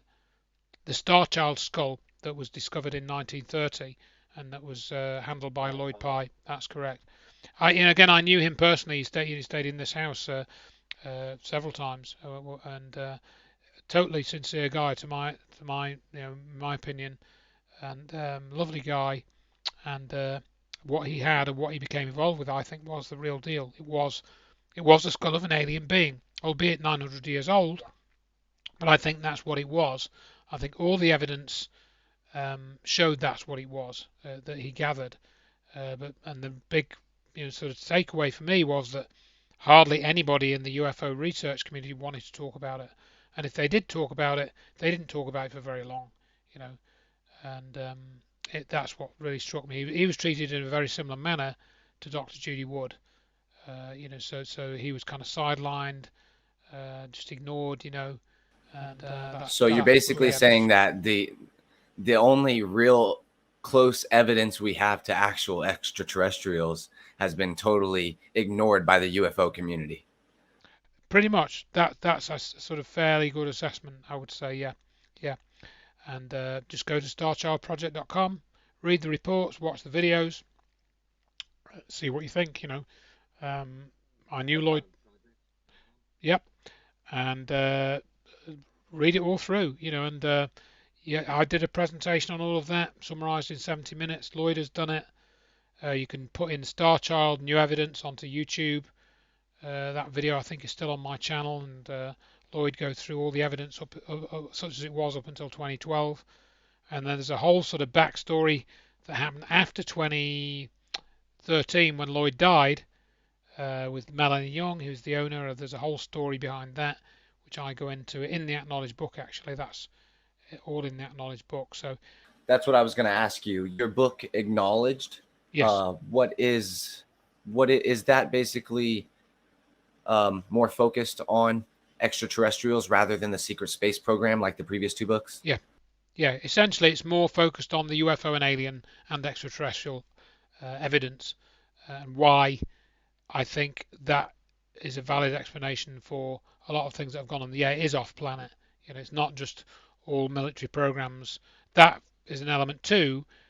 But what I've seen is that you've got both situations. You've got a lot of the alien believers saying no, no, no, no, no, it's not military, it's all aliens, and a lot of the military believers say no, no, no, it's not aliens, it's all military. And on both sides, I think they're actually discarding evidence which proves the other's case. Like, for example, the Star Child skull to me proves that there are really alien beings that have been here and done stuff, and there are other things like the Travis Walton case as well. And then, so the UFO community tends to ignore that, and everyone else ignores it. And then, looking at what, for example, you've uncovered with the holographic projection technology, that is generally ignored by the people who want to believe it's all aliens. They don't really talk about that. They don't really want to talk about military-backed projects being able to simulate an alien invasion or simulate a flying saucer. And then those guys that know about that technology, like for example, Michael Schratt, they will claim there aren't any aliens and it's all military technology being used and psychological warfare and all of this. And that's wrong. I think it's the whole shebang. It's all of them. all of the above. It's real aliens, it's physical aliens finding physical craft. It's more ethereal aliens that are not actually quite physical. They have more ethereal craft which are less physical, and it's just plain old, military psychological operations as well. Used as cover for things happening in Iraq or Afghanistan or whatever it is. If they can blame such and such on a UFO or a TR-3B, they'll do it. If they can use it as a cover story and it works, great. That's all they're bothered about. They don't care how it's covered up. They just want it covered up, so that nobody really knows the truth. I think And it's all you've across always the talked board. about the element of the fact that these people don't always work together and don't always agree, whatever this entity is. There's multiple factors of it with different, right? Yeah. Right. And this is what William Paulick said. When he looked into all of this, and William Paulick, I mentioned in the Acknowledged book, and some of the things he was saying. He was saying that he would go to these meetings within black programs, and then these people would turn up, and they had all the security clearances, and they essentially stole this RFID technology that he'd been developing with his company. They stole all of that and sort of cut him out of it, perhaps because his face didn't fit. And then one of his friends was killed, and he started looking into it. And he describes this in the interview with Steve Greer, which Steve Greer didn't release until after Paulick had died. Paulick, I think, died in 2004, and the interview was released in 2007. Again, that's all in the Acknowledged book. And he basically said, he found there were these groups of people running everything, and he called them the Four Horsemen. That was just a name that him and his friend came up with. They were researching this for years in the way that you and I have tried to do. And he said it's really weird because he could see that sometimes they worked with each other and sometimes they worked against each other, and he couldn't really work that out, and in terms of how the secrecy was maintained and stuff, and what they were actually up to. He said that was all a bit of a mystery. But again, that's all mentioned in the book, and that again it seems to be what happens, and you get all these other groups that people talk about, the Jews, the Zionists, the Bilderbergers, the Masons, the occultists, the OTO, the family, Opus Dei, the Vatican. What are they all up to? Are they all working together? The Jesuits, I've forgotten that one. Yeah, you got groups, the Rothschilds, right? Yeah. Yeah. Are they all working together? Are they working against each other? Are they just wanting to screw the hell out of us? When you got on into this to a degree, you really just get tangled in knots with that element. And I've just come to the conclusion that there are evil forces at work, trying to manipulate us, continually deceiving us, and it's like some giant sort of escape room that you're in. Escape room is very popular now. That you're trying to work your way through and think, how do I solve this puzzle? How do I get out of this one? And essentially that's what I think William Paulick said, or something similar. He wasn't really sure of the motivations of some of these groups and what they were really up to. I mean, and John Lennon said that, didn't he? In that famous quote from the 1960s, where he said, "I don't know what the American government and the British government think they're up to.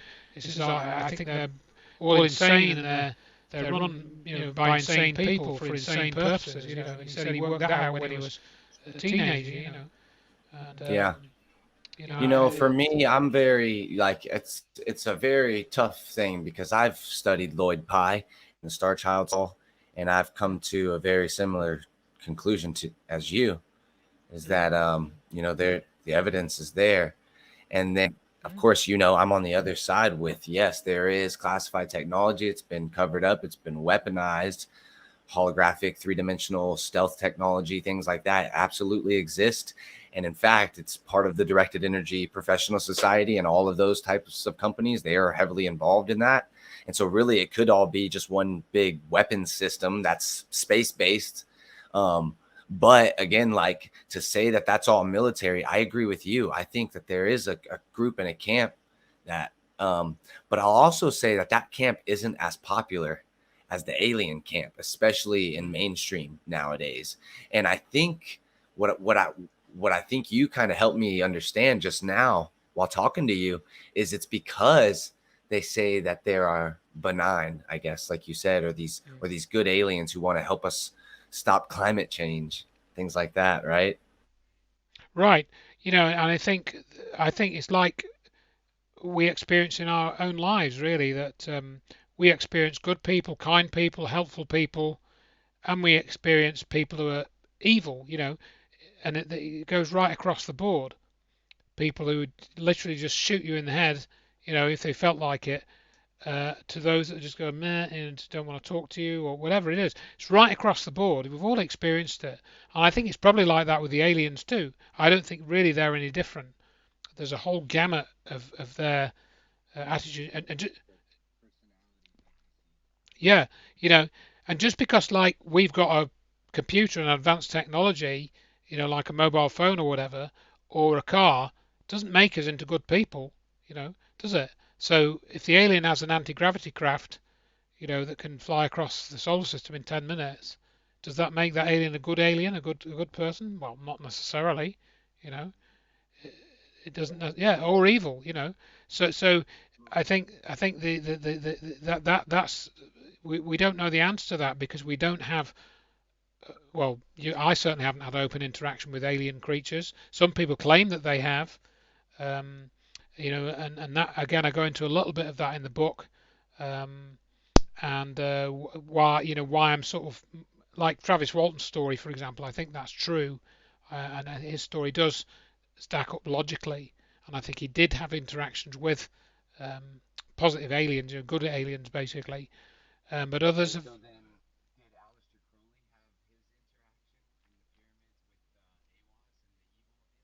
Well, indeed, we don't know, and he talks about this entity called Lamb, doesn't he, in his book, and that looks like a grey alien does now. So that really makes me wonder, what the hell was going on there? I haven't read that book, but I've seen the picture, and I think, yeah, that's really weird, you know. And maybe some of these aliens are like energy vampires, they're harvesting our human spiritual energy or whatever you want to call it, and then you get into things like orgone energy with Wilhelm Reich and the function of the orgasm and all of that, and how that possibly could be tied into this energy harvesting and the energy vampires, which again then ties into what paedophiles seem to be doing.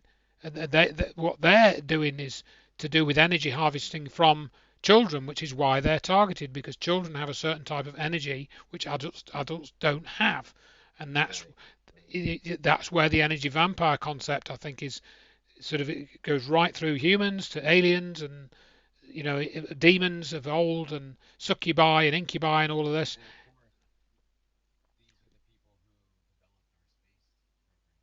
Occultist, yeah, Jack Parsons, yeah, there you go. So they would have, if they wanted to keep that side of their knowledge, in other words, energy manipulation and energy harvesting covered up, a good way to do it would be to talk about chemical rockets and mechanical processes and get away from this concept of either energy manipulation with like Hudson effects technology or something version of that, or even through meditation or psychotronics. And Greer's talked about meditation and psychotronics, for example, quite a bit. So Well, yeah, yeah, and that's something I wanted to get onto was the fact that he has teamed up with people like Demi Lovato, the former pop star, to now summon these good aliens, right? So they can meditate and summon these aliens. What do you think about that? again, what's really going on there? I almost got involved in that years ago with this. They call it CE5, a close encounter of the fifth kind. And Greer's been running these trips, as you sort of alluded to there, for years. I didn't know about the one with the pop star, um, but yeah, so what is he actually doing? Sitting in the desert meditating, and these craft are coming in. What are they communicating? What communication is going on? Who are they communicating with?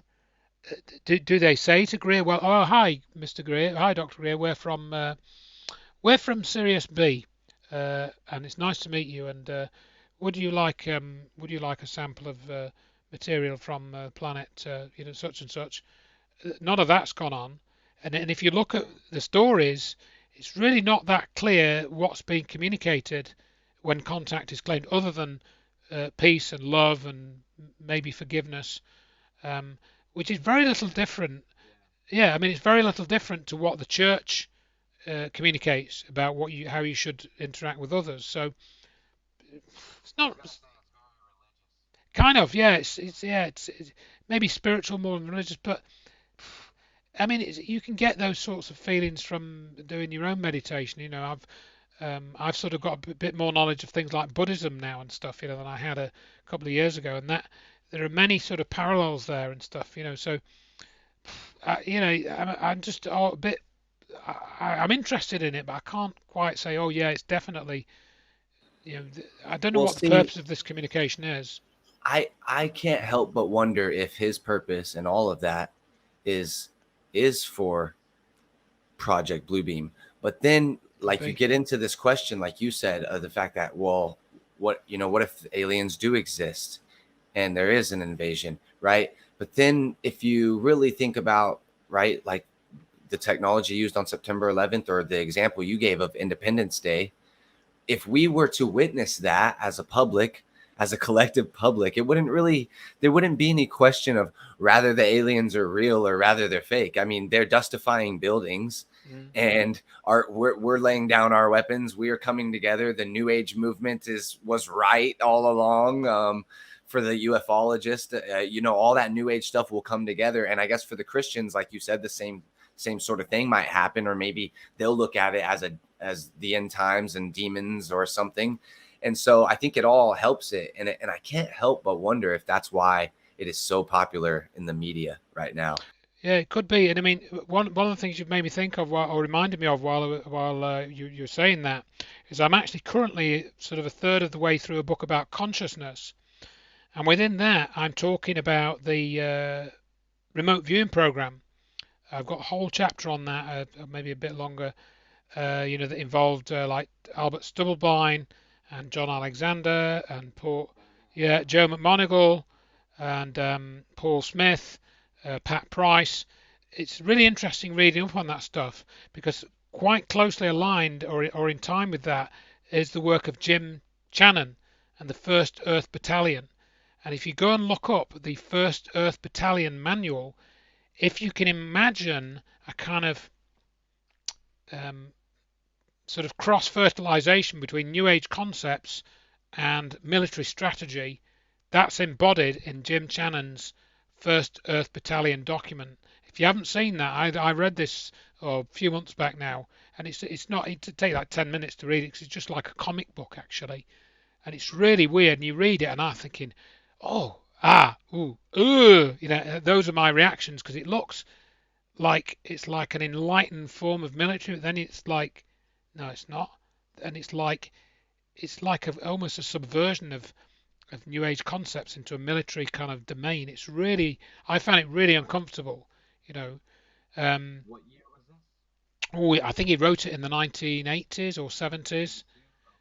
It's on the Internet Archive. Again, I'm putting this in my consciousness book, because we're now kind of venturing into that territory, um, where we're talking about the nature of human energy, human psyche, human consciousness. We're getting into that territory, and it is, there is no question in my mind that it's intimately interwoven with the UFO alien question. And even in 1950, as a point I repeatedly make in my talks, Wilbert Smith talked about the USA investigating the UFOs that they had recovered, the flying saucers, and they were looking at mental phenomena in relation to the craft, mental phenomena, and that was in 1950, for heaven's sake, you know. So, and then Smith, he went into all this stuff about consciousness, and and then he got into predestination and all kinds of stuff. And Smith, to me, was a top level guy. He was a top drawer guy. He held 37 patents when he died. He knew what he was talking about, and he didn't really care what people thought about him. He was just interested in the truth, and he knew certain truths, and he experienced certain things as well. And I do think that Smith was communicating with enlightened beings in some way, and that's I think in my I don't know if it's in that knowledge book or the the Secret Space Program book, but a bit of both actually. So And Wilbert don't you Smith. mention him in a speech? Didn't you give a talk and have a whole section on him? Right, so I did a whole talk on Wilbert Smith way back in 2009. That was one of the early public presentations I gave, but I kind of incorporated the key aspects of that into the disclosure presentation later on. So there is an 18-minute video called the Ottawa Address, which I made. Well, it's actually an 18-minute audio of Smith, because thankfully we've got some surviving recordings of Wilbert Smith. And again, he's a figure that a lot of the UFO community doesn't really talk about, but he is a key figure, and he was decades ahead of his time really for a lot of what he said. And I think he was a really good guy, and it's such a shame that he was only 52 when he died. So terrible loss. Before we wrap it up, I want you to tell me about the Earth, but not as we know it. Okay, so the Earth, but not as we know it book, that really kind of was like born out of two PowerPoint presentations that I did, or one and a bit that got added onto it. So way back when I'd heard these stories about the Earth being hollow, and I kind of thought, probably not, but let's have a look at it. And so I then sort of came across these stories of, for example, Admiral Byrd, Richard E. Byrd, who allegedly encountered a hole in the North Pole and went down into this hole in the North Pole and ended up in the inner Earth and talked to these beings and stuff. And there's various versions of this story that you can find online. And then there are kind of slightly different versions where Admiral Byrd went to the South Pole on a secret military program, and then half of his fleet were wiped out by aliens who had a base at the South Pole, something like that. And again, there's variants of that story, with different flavors and stuff that you can read. But in actuality, Admiral Richard Byrd, he did go to the South Pole, and there's a film called The Secret Land, which was made by the US Navy, funnily enough, and he was a part of Operation High Jump, where they wanted to try and get to the South Pole and establish some type of military outpost or base or camp or something. And his was the first expedition to go there with a large force. I think they went with 3 ships. It's all in the Secret Land film, which is about an hour long. It's a well-made film, and it's a really interesting watch actually, even though it was made in like 1947 or something. And James Forrestal, he approved Operation High Jump, and he shows an interview with Forrestal saying why he was doing it and stuff. And those stories about Admiral Byrd going into the South Pole and going down and stuff, those stories, as far as I can tell, are not true. There was another story that I heard that Michael Palin, formerly of Monty Python, who had done this pole to pole series for the BBC, he allegedly went. Well, it wasn't an allegedly. He went to the South Pole. He was filmed. He made a film at the South Polar base, the American base, and they didn't want to let him in. He didn't have permission to land, but he landed anyway with his small camera crew, and they went into the base, and then he had to camp out on the ice with his crew because they weren't allowed to stay in the base. And he didn't go into a secret base either.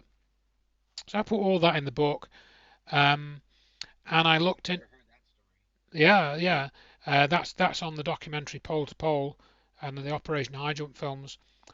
So all these people that say that there isn't a South Pole and it's a big hole, that's a load of rubbish. You can see Michael Palin was there on this film, and temperatures -40, and all of that stuff. And so people talk about these holes in the poles leading to an inner Earth, and what's his name? I can't remember his name now. I'll remember it in a minute. He wrote a book about this. What's his name? I'm trying to remember his name. And he's a South African guy. And he tried to say that the Earth was hollow and all planets were hollow. I talk about his research in my book. Doesn't stack up. And the deepest hole that's ever been drilled was in Russia, and it was the Kohler super deep borehole, got to like a depth of 15.2 kilometers, and then they just gave up because the drill bit kept breaking. It got very hot down at that level, and interestingly, there was a lot of water coming out at that when they got to 15 kilometers down. But the Earth itself, the diameter of the Earth, or is it the radius? I think the radius of the Earth is 6,370 kilometers, but the deepest hole they've bored is only 15 kilometers. So who knows what's down there? That's the point really I'm trying to make. That if you've only drilled down 15 kilometers, you've still got another 6,355 kilometers to go before you get to the center of the Earth. So who knows what's down there? Yes, they claim to have done seismic surveys and stuff, to deduce the structure of the inner Earth, and I think some of that is correct. But not. If you read my book, you'll see why I think what I later came up with a chap called Peter Woodhead is a pretty good idea. I think not necessarily true, but I think it's plausible. And it's then to do with the other half of the book, which looks at more solid scientific evidence, which is that the Earth has expanded since it formed. And this research has quite a long history, dating it back to at least the 1930s, when a chap who invented plate tectonics, or came up with the idea, continental drift, who was called, again, I forget, I'm not so good on the names just now. I might think of his name. Alfred Wegener. He was the guy who first proposed the idea of continental displacement, and that the continents had been moving around, and at one time there was this larger continent, and it was a larger landmass which had then broken up. And now current geology and geography says that we have this supercontinent called Pangaea, which then broke up and then to several other continents like Gondwana land and a couple of others, and this all broke up, and then eventually the continents spread apart, and that's, on the map behind me, that's what we have now. But if you look at a map, it's obvious to a child that the west coast of South America fits into the east coast of Africa. So that's where this Pangaea idea sort of probably started.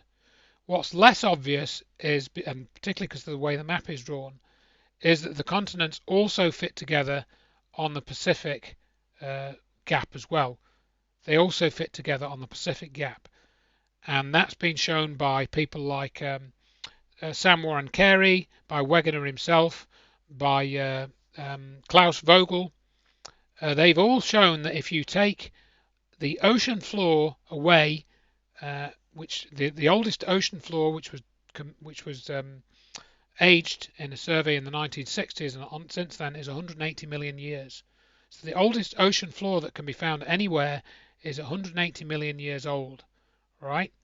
So if you take away all of that ocean floor gradually all over the planet, you find that all the continents fit together perfectly. And that can only mean one thing, that the Earth was a much smaller globe when it formed, and then it expanded. And that, you can see it with the geology, you can see it with the flora and fauna. If you look at the fossil record, in other words, if you take the eastern coast of Australia and join that to the western coast of South America, for example, or somewhere like that, maybe not exactly there, but you can see the same fossil records, the same geology, if you go back far enough, on those two coastlines, yet it's not acknowledged.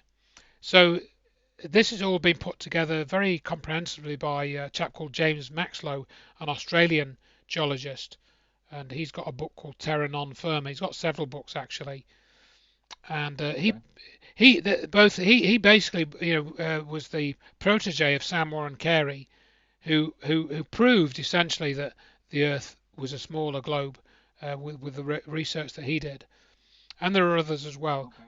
So yeah. I mean, there's a color edition and there's a black and white edition. But to round that off for now, if you'll pardon the pun, what people say is, well, the Earth can't have been smaller then, because how did it expand? You know, how did it expand? Why? What made it expand? There is no mechanism for making the Earth expand, so it can't have expanded. So you're wrong, Peter. Peter, you're wrong. James Maxwell, you're wrong, Sam Warren. So we don't know how it expanded. So I was contacted by this chap called Peter Woodhead, and what he basically explained to me, and this is a very quick version of it, is that this idea of the Earth having a hot molten core, of iron and this creating the dynamo effect, creating the magnetic field. He basically says, no, that's not right. We don't know if that's true. It's probably not right. And he basically said, well, what if when the Earth originally formed, there was a core of ice, right? A small core of ice at the center. And around that, the rock formed, and then the radioactive heating in the rocks and the motion around the sun, which induced electrical currents in the crust, that eventually melted the ice in the center. And then the ice turned to water, and then as the heat started to continue to build up over millions of years, the water started to boil, and then the boiling water created steam, and that's what caused the Earth to expand. Wow. And we go into that in great detail in the book. We look at volumes and Okay. various sort of calculations and things. And I think he's onto something. You'll see the evidence that we uncovered. It's quite surprising. So I think Peter Woodhead has got a good theory about how the Earth has expanded, and therefore that's Wow. supports the idea that the Earth was smaller. Uh, the expansion didn't start until I think 340 million years ago. So that's all in the book, and I think it stacks up pretty Okay. well from what we came up with. The book which I've done, which is already out, is called The Earth, but not as we know it, and that's really where it was me looking into the Hollow Earth, stories of the Hollow Earth, which I didn't really. I thought probably not, but let's have a look at it. And within that book, I explore the story of Admiral Richard E. Byrd, and he was a polar explorer, and he was involved in this Operation High Jump, which was a US Navy or US Army project in 1947 or 48 to go and establish an outpost in Antarctica, the South Pole. And they took a couple of ships and a few planes. One was an aircraft carrier, one was an icebreaker, I think. And they, had a very quite a lot of money was spent on that very well-resourced expedition. And the people who believe in the Hollow Earth, they claim that he went inside the Earth and he met these beings. And there's variations on this story where he was attacked, and his fleet was wiped out. Well, I'm not sure I believe those stories, because if you watch the actual film that they made, which is called The Secret Land, which you can find online, it's an hour long, very interesting film. It shows you how they, were using the icebreaker and stuff to move forward, and shows them attaching rockets to the plane so that they could get them off the aircraft carrier deck more quickly. And it's just like amazing what they were doing that, and then no worries about safety, or anything. They just did it. And as far as I could tell, he didn't find any holes at the poles, and he didn't go down into the earth or anything like that and find these strange beings or anything like that. And then there's this other story which I cover in the book, which is Michael Palin's visit to the South Polar Base. I think that was in 1991 or early 90s, and he was making this BBC series called Pole to Pole, and he went into this American base and stayed there and for lunch, and then he had to go and camp on the ice and stuff. And he didn't find a hole in the pole. He didn't find a secret base there as such. Although the base was a lot bigger than they expected, and this comes out in the documentary. You saw this base was huge in the 90s, and it had all these acres of supplies and JCBs there and everything. That base has now been replaced by another one, I think, since the 90s. They've had a different base now. It's called the McMurdo Station, I think, was where he was, but that might be in another part of the South Pole.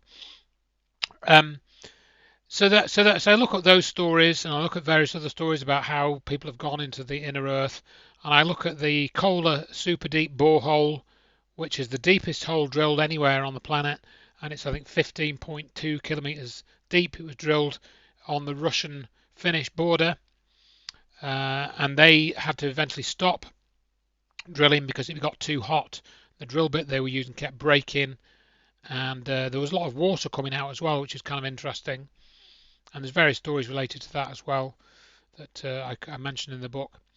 So the point there really of mentioning that is the Earth's radius is 6370 kilometers, and we've only drilled down about 15, so that still leaves 6,355 kilometers still to be explored. So who knows what's down there? They claim, for example, we have a core of molten iron, and then we've got this mantle at 400 miles deep or whatever it is. I cover all this in the book, basically, in the structure of the Earth. And that becomes important in the second half of the book, really. That what I'm talking about there, because people say no, the Earth can't be hollow and all of this. There'd be too much. It's just a solid core. We wouldn't be able to explain the magnetic field. We wouldn't have any earthquakes like we do, stuff like that. And so it's largely discarded that the Earth is hollow. So that's kind of how I ended up, really. I didn't really believe that the Earth was hollow, but what I had looked at, and what is a child can observe it, is that the Earth has expanded since it was formed. It used to be a smaller globe, and you get inklings of this when you look, as we were saying earlier, about the south coast of, the South America, the eastern coast of South America fits into the west coast of Africa. Everyone can see that on a map. But what's less obvious is if you join the continents on the Pacific split, they fit there as well. So part of Australia will also fit to part of South America on the other side. And Neil Adams has made some wonderful videos which illustrate this, how the continents did all fit together at one time on a smaller globe.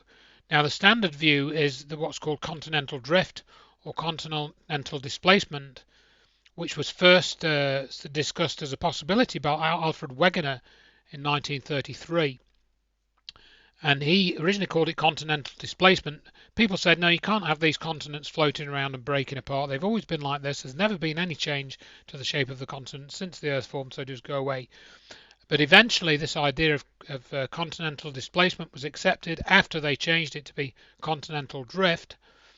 And that is now the accepted geology, that you had this supercontinent called Pangaea, and it broke up into various pieces, and these pieces moved across the face of the Earth with the oceans around them, and that's what we have now.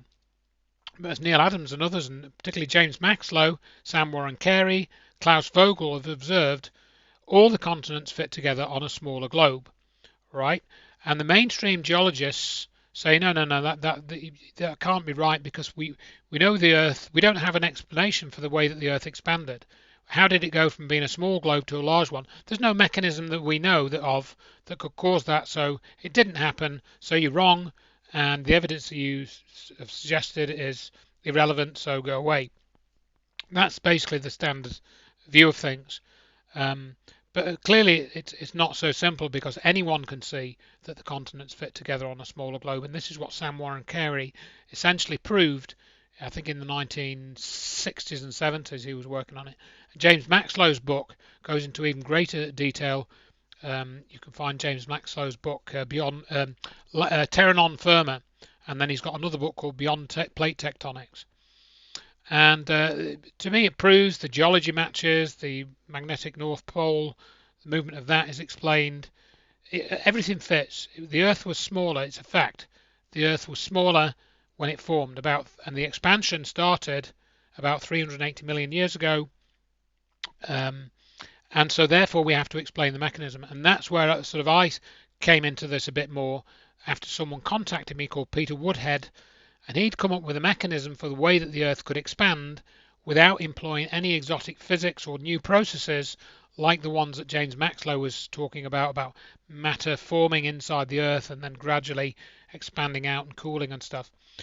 What Peter Woodhead came up with, he contacted me in 2014, I think it was, and he suggested that the Earth had formed with a block of ice in the center, a sphere of ice, and this was based on some astronomical studies that he'd come across about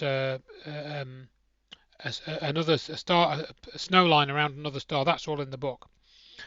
And he proposed that there was ice in the center of the Earth, and basically what happened was, what was at the center of the Earth was a block of ice, and then after the Earth had formed, this ice started to be heated up by radioactive activity in the rock and the motion of the Earth around the Sun, which induced telluric currents that created heat in the crust, and that gradually began to melt the ice. And this process started 340 million years ago, and you're talking about, a ball of ice, maybe, I don't know, I forget the exact radius we came up with, but let's say 1,000 kilometers, 2,000 kilometers in diameter. How long is it going to take that ice to defrost? Well, we suggested it was 340 million years, because by then the heat had built up so much that some of this ice had turned to liquid water, and then it started to boil. What happens when you boil? You get steam. Steam expands 1,300 times under normal pressure, and so we argued that this steam expansion was what was driving the expansion of the Earth. And the other thing I didn't say earlier on is that this neatly explains the origin of the oceans. Nobody knows where the deep oceans came from, and that's I was what just thinking that as you were speaking, I was thinking about that block of ice, and it really explains the oceans. Wow. That's right, and I go into a lot of that in the book about, and the other mystery is why the ocean's salty, when if you think that the oceans are filled up by river water coming from continents, that's all fresh water. There's very little salt in it, certainly not brine. There are salts dissolved in it, but they are low in concentration. So why is the sea salty? Well, again, we explain that in the book as well. This is a big mystery, and I think Woodhead's theory explains that. And there are even studies that have been published in the last few years, since 2007, saying massive ocean discovered under the seabed, with this material called ringwoodite. And that's all in the book as well. So the Earth isn't hollow as such, but we argue that it's got like a liquid or gas-filled center now. As this boiling water expands, you get water coming out of volcanoes and stuff, and steam, as well as lava and stuff. There's a lot more water around than people think, and that's what they found in this super deep borehole as well, interestingly enough. So it's all in there, and I think Woodhead came up with this great idea. We may not have it totally correct, it may be totally wrong, but it explains a lot of stuff, and we go into the solar system, and there's water being discovered coming out of other planets or other satellites in the solar system and stuff. So that's what the book's about, and it's got all the links in and stuff. Very new to me. So. The block of ice and that's all very new to me. Very intriguing information. Yeah, very. Yeah, and you can, again, it's not a lot of people. This is because Peter Woodhead was the first guy that I'd heard of to come up with it, and I was the guy that made the video about it. And we did some calculations. He came up with a fairly good set of calculations. I sort of refined them a bit and added a few bits and bobs and put them in a nice layout and stuff like that. But it's basically just simple calculations of volume, using 4/3 pi r cubed and all that stuff. Very simple stuff, and anyone could verify it really. And so do you guys so where does James Maxlow fall into that? Like, do you guys think he's Yeah, so Maxlow, he did his PhD on Earth expansion, so he's essentially proved that the Earth has expanded, building on the work of Sam Warren Carey, but he doesn't have an explanation for the mechanism of what caused it to expand, and he hasn't really acknowledged. Right. He hasn't really acknowledged. I haven't had a dialogue with him. I mean, I'm not a geologist. My background is in software, as you said earlier on. I know nothing about. Well, I know a little bit about geology, but not a lot. So, and Peter Woodhead, he's a builder. He's not a scientist. He builds. He converts houses and does building work and stuff. And he's a clever enough chap, but he doesn't have an academic degree, to my knowledge. He may have gone up to A-level maths, but. So he hasn't got any credibility in this in terms of paper credentials or published papers. So James Maxlow, as far as I'm aware, he hasn't really endorsed what we've said. He hasn't even discussed it, to my knowledge, which is okay. I don't really need him to, because I think it stands on its own and nobody else is really talking about that. And they do debunk it, saying, well, look, steam couldn't form at the center of the Earth because the pressure would be too great. But what causes pressure in gas? Well, it's actually gravity, essentially, at least to some extent. It certainly that's what causes atmospheric pressure is gravity. Yeah, they've debunked Earth expansion for various reasons, and they originally said that continental drift couldn't work because the continents had already, were always the same, and there was no mechanism that they knew of that could drive the continents over the surface of the Earth. Therefore, they couldn't have moved. Blah blah blah. But they eventually had to acknowledge that continental drift was a real thing when they had instruments that were accurate enough to measure it. And again, this is something with Earth expansion that has been measured. They have measured an expansion of 14 millimeters. That came out in 1998, and there was a paper in Nature which measured that expansion, and Maxlow had calculated 22 millimeters for a particular period of time, and they came up with, I think, 14 millimeters instead. So it was similar, So we looked at all of that stuff, but again, Maxlow doesn't really acknowledge the research that Woodhead has done and that I've done. So, I mean, we have corresponded. He sent me his book very kindly, and it's very generous of him. But he doesn't seem to engage with our idea and discuss it with us, to try and make it better. And we think this ties into something else that you can look at called the electric universe theory, or the Thunderbolts project. If you look at that, I go through that in the book as well. And they haven't. I thought they might sort of talk about it a bit more. Again, they haven't really embraced it in any meaningful way. So, and they actually stole a little bit of stuff off another interview I did with a chap called Frederick Nygaard, who I also write about in the Earth Expansion book.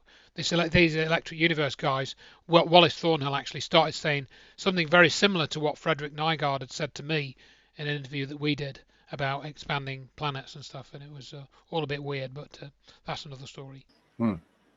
It's interesting that they would use gravity to debunk the possibility of steam and pressure within the Earth, because it's like, and you mentioned magnetism again, because I think there are still a lot of questions about gravity and magnetism and the underlying fabric of reality itself that hasn't been fully answered. Exactly. So, in general terms, we've only experienced gravity near the surface of the Earth, all of the human population.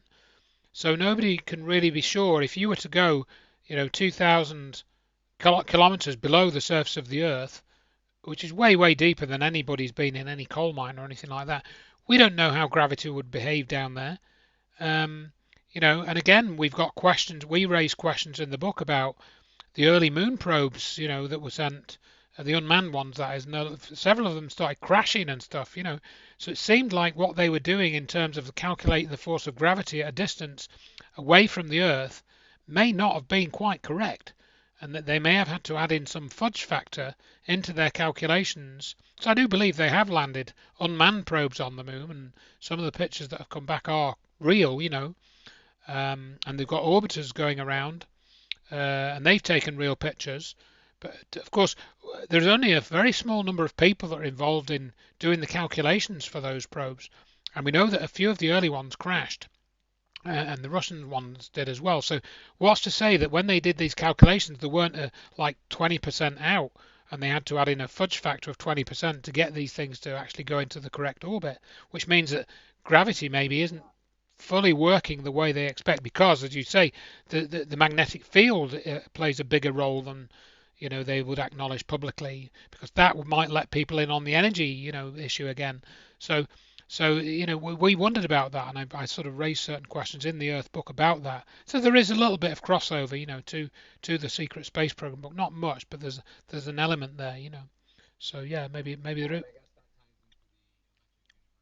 Correct, and they're very much into that, saying that gravity isn't the force that forms galaxies, which is the assumption of mainstream cosmology, that the Big Bang happened, and then gravity took over at a certain point, and that's caused galaxies and planets to form. And the Earth is meant to have coalesced under the force of gravity between all the particles gradually. You had a bigger and bigger blob, and therefore it had more and more gravity associated with it, and it caused more and more. Maybe it doesn't work like that. We've never seen a planet form close up. We've never watched that. It, if it happens over 1,000 years, we couldn't watch it because we only have a lifetime of 70 years, for heaven's sake. So we can't say for sure how planets form and whether it's gravity that plays the main role. Maybe it is electricity and magnetism that play just as significant a role in that. So there are certain things that we don't know, and there are certain things we do know from experiment about magnetism and gravity. So, again, I raised some of those questions in the Earth book. That's awesome. Cool. Well, yeah, I guess I'm definitely gonna have to get that book, The Earth, but Not as We Know It. And what is the new book you mentioned that you're working on? Yeah, so the new book is all about consciousness, which again is based on another presentation originally that I've done, called Exploring Consciousness, Expanding Reality, which is a presentation I did about 13 years ago. And so in this book, I'm looking at aspects of consciousness, the soul, the mind, what makes us human, and I've tried to bring together a whole range of stuff that's not normally brought together. Like, for example, talking about Buddhism in one chapter, say, and Operation Stargate in the next chapter, and then talking about poltergeist phenomena in one chapter, and the Wingmakers project in the next chapter. Because if you look at this Wingmakers, they talk about consciousness, and that's all about consciousness stuff. And then I'll be bringing in Stephen Greer probably at some point in psychotronics, and you know and the way that technology can be used to manipulate consciousness and stuff. And all trying to bring all stuff like that together, it's quite difficult because there's a lot of stuff. Also, things like cellular memory, and I've got a bit on that. For example, when people have organ transplants, major organ transplants, heart or lungs, there's quite a few recorded instances where they experience the feelings and memories of the donor. And like one guy, he had a heart transplant, and he knew that the donor had killed himself by shooting himself in the head, because he had these terrible nightmares. And there's several well-documented cases, not maybe quite as traumatic as that. Yeah, yeah. And that's cellular memory. That's called that phenomenon. Quite well recorded in the medical literature now. Yeah. So this may well, not exactly, because I've been to a lot of stuff all over the years. I started looking at ghost stories when I was like 10 years old. And I've looked at all kinds of stuff, and so I'd heard about cellular memory experiences 30 odd years ago probably, but again it's given me an opportunity to research these. Another story about a kid, about a university, like a university student. He went to see the doctor. He had some headaches or something, and this is at the University of Sheffield, and I've got a picture of the scan of this guy's head in the book, because I managed to find it eventually when I researched this story. And he's some guy, he's doing a maths course at Sheffield University. He has a headache or some ongoing headaches problem. Goes to the doctor. Doctor says, "Oh, I better send you for a scan." They scan his brain, and he's got virtually no brain. His brain is like 1/10 the size it should be. The rest is just fluid. And yet he's a perfectly normal and functioning person. And there are again several stories like this. So it is assumed that the brain, yeah, oh yeah, the brain is the seat of consciousness in the person. But again, that may not be true either, because you've got more nerve cells in your guts than you have in your brain. And we all know my gut feeling, that phrase, my gut's telling me. And that again is an old saying, because maybe some of your consciousness is in your gut, not just in your head. And so I'm exploring things like that, in the book. Wow. And some of those. That is very intriguing. That's very intriguing area. Yeah, yeah. Yeah. I'm hoping to get it done by the end of the year. I think I've said the summer, but I keep getting delayed with various things. But yeah, I mean, I'm about a third of the way through it. I'm hoping that I'm going to just post it on the EPUB, in the PDF, free PDF, like I've done with all the other books. So, people can get it for nothing when it comes out. That sounds great. I'm looking forward to checking that book out whenever you do end up publishing it. Hopefully you'll be putting it out as a paperback like the rest of them. Yep. Yeah, I'll certainly try and do that. Great. All right. Well, thank you so much for joining me, Andrew. I really appreciate you taking the time to chat with me again today. You're very welcome. Thanks for organizing it. Yeah, of course. And where can everyone go to find your site? The only place in the universe, checktheevidence.com. Awesome. Thanks, Andrew. Have a good night. Thank you, and you. Bye for now.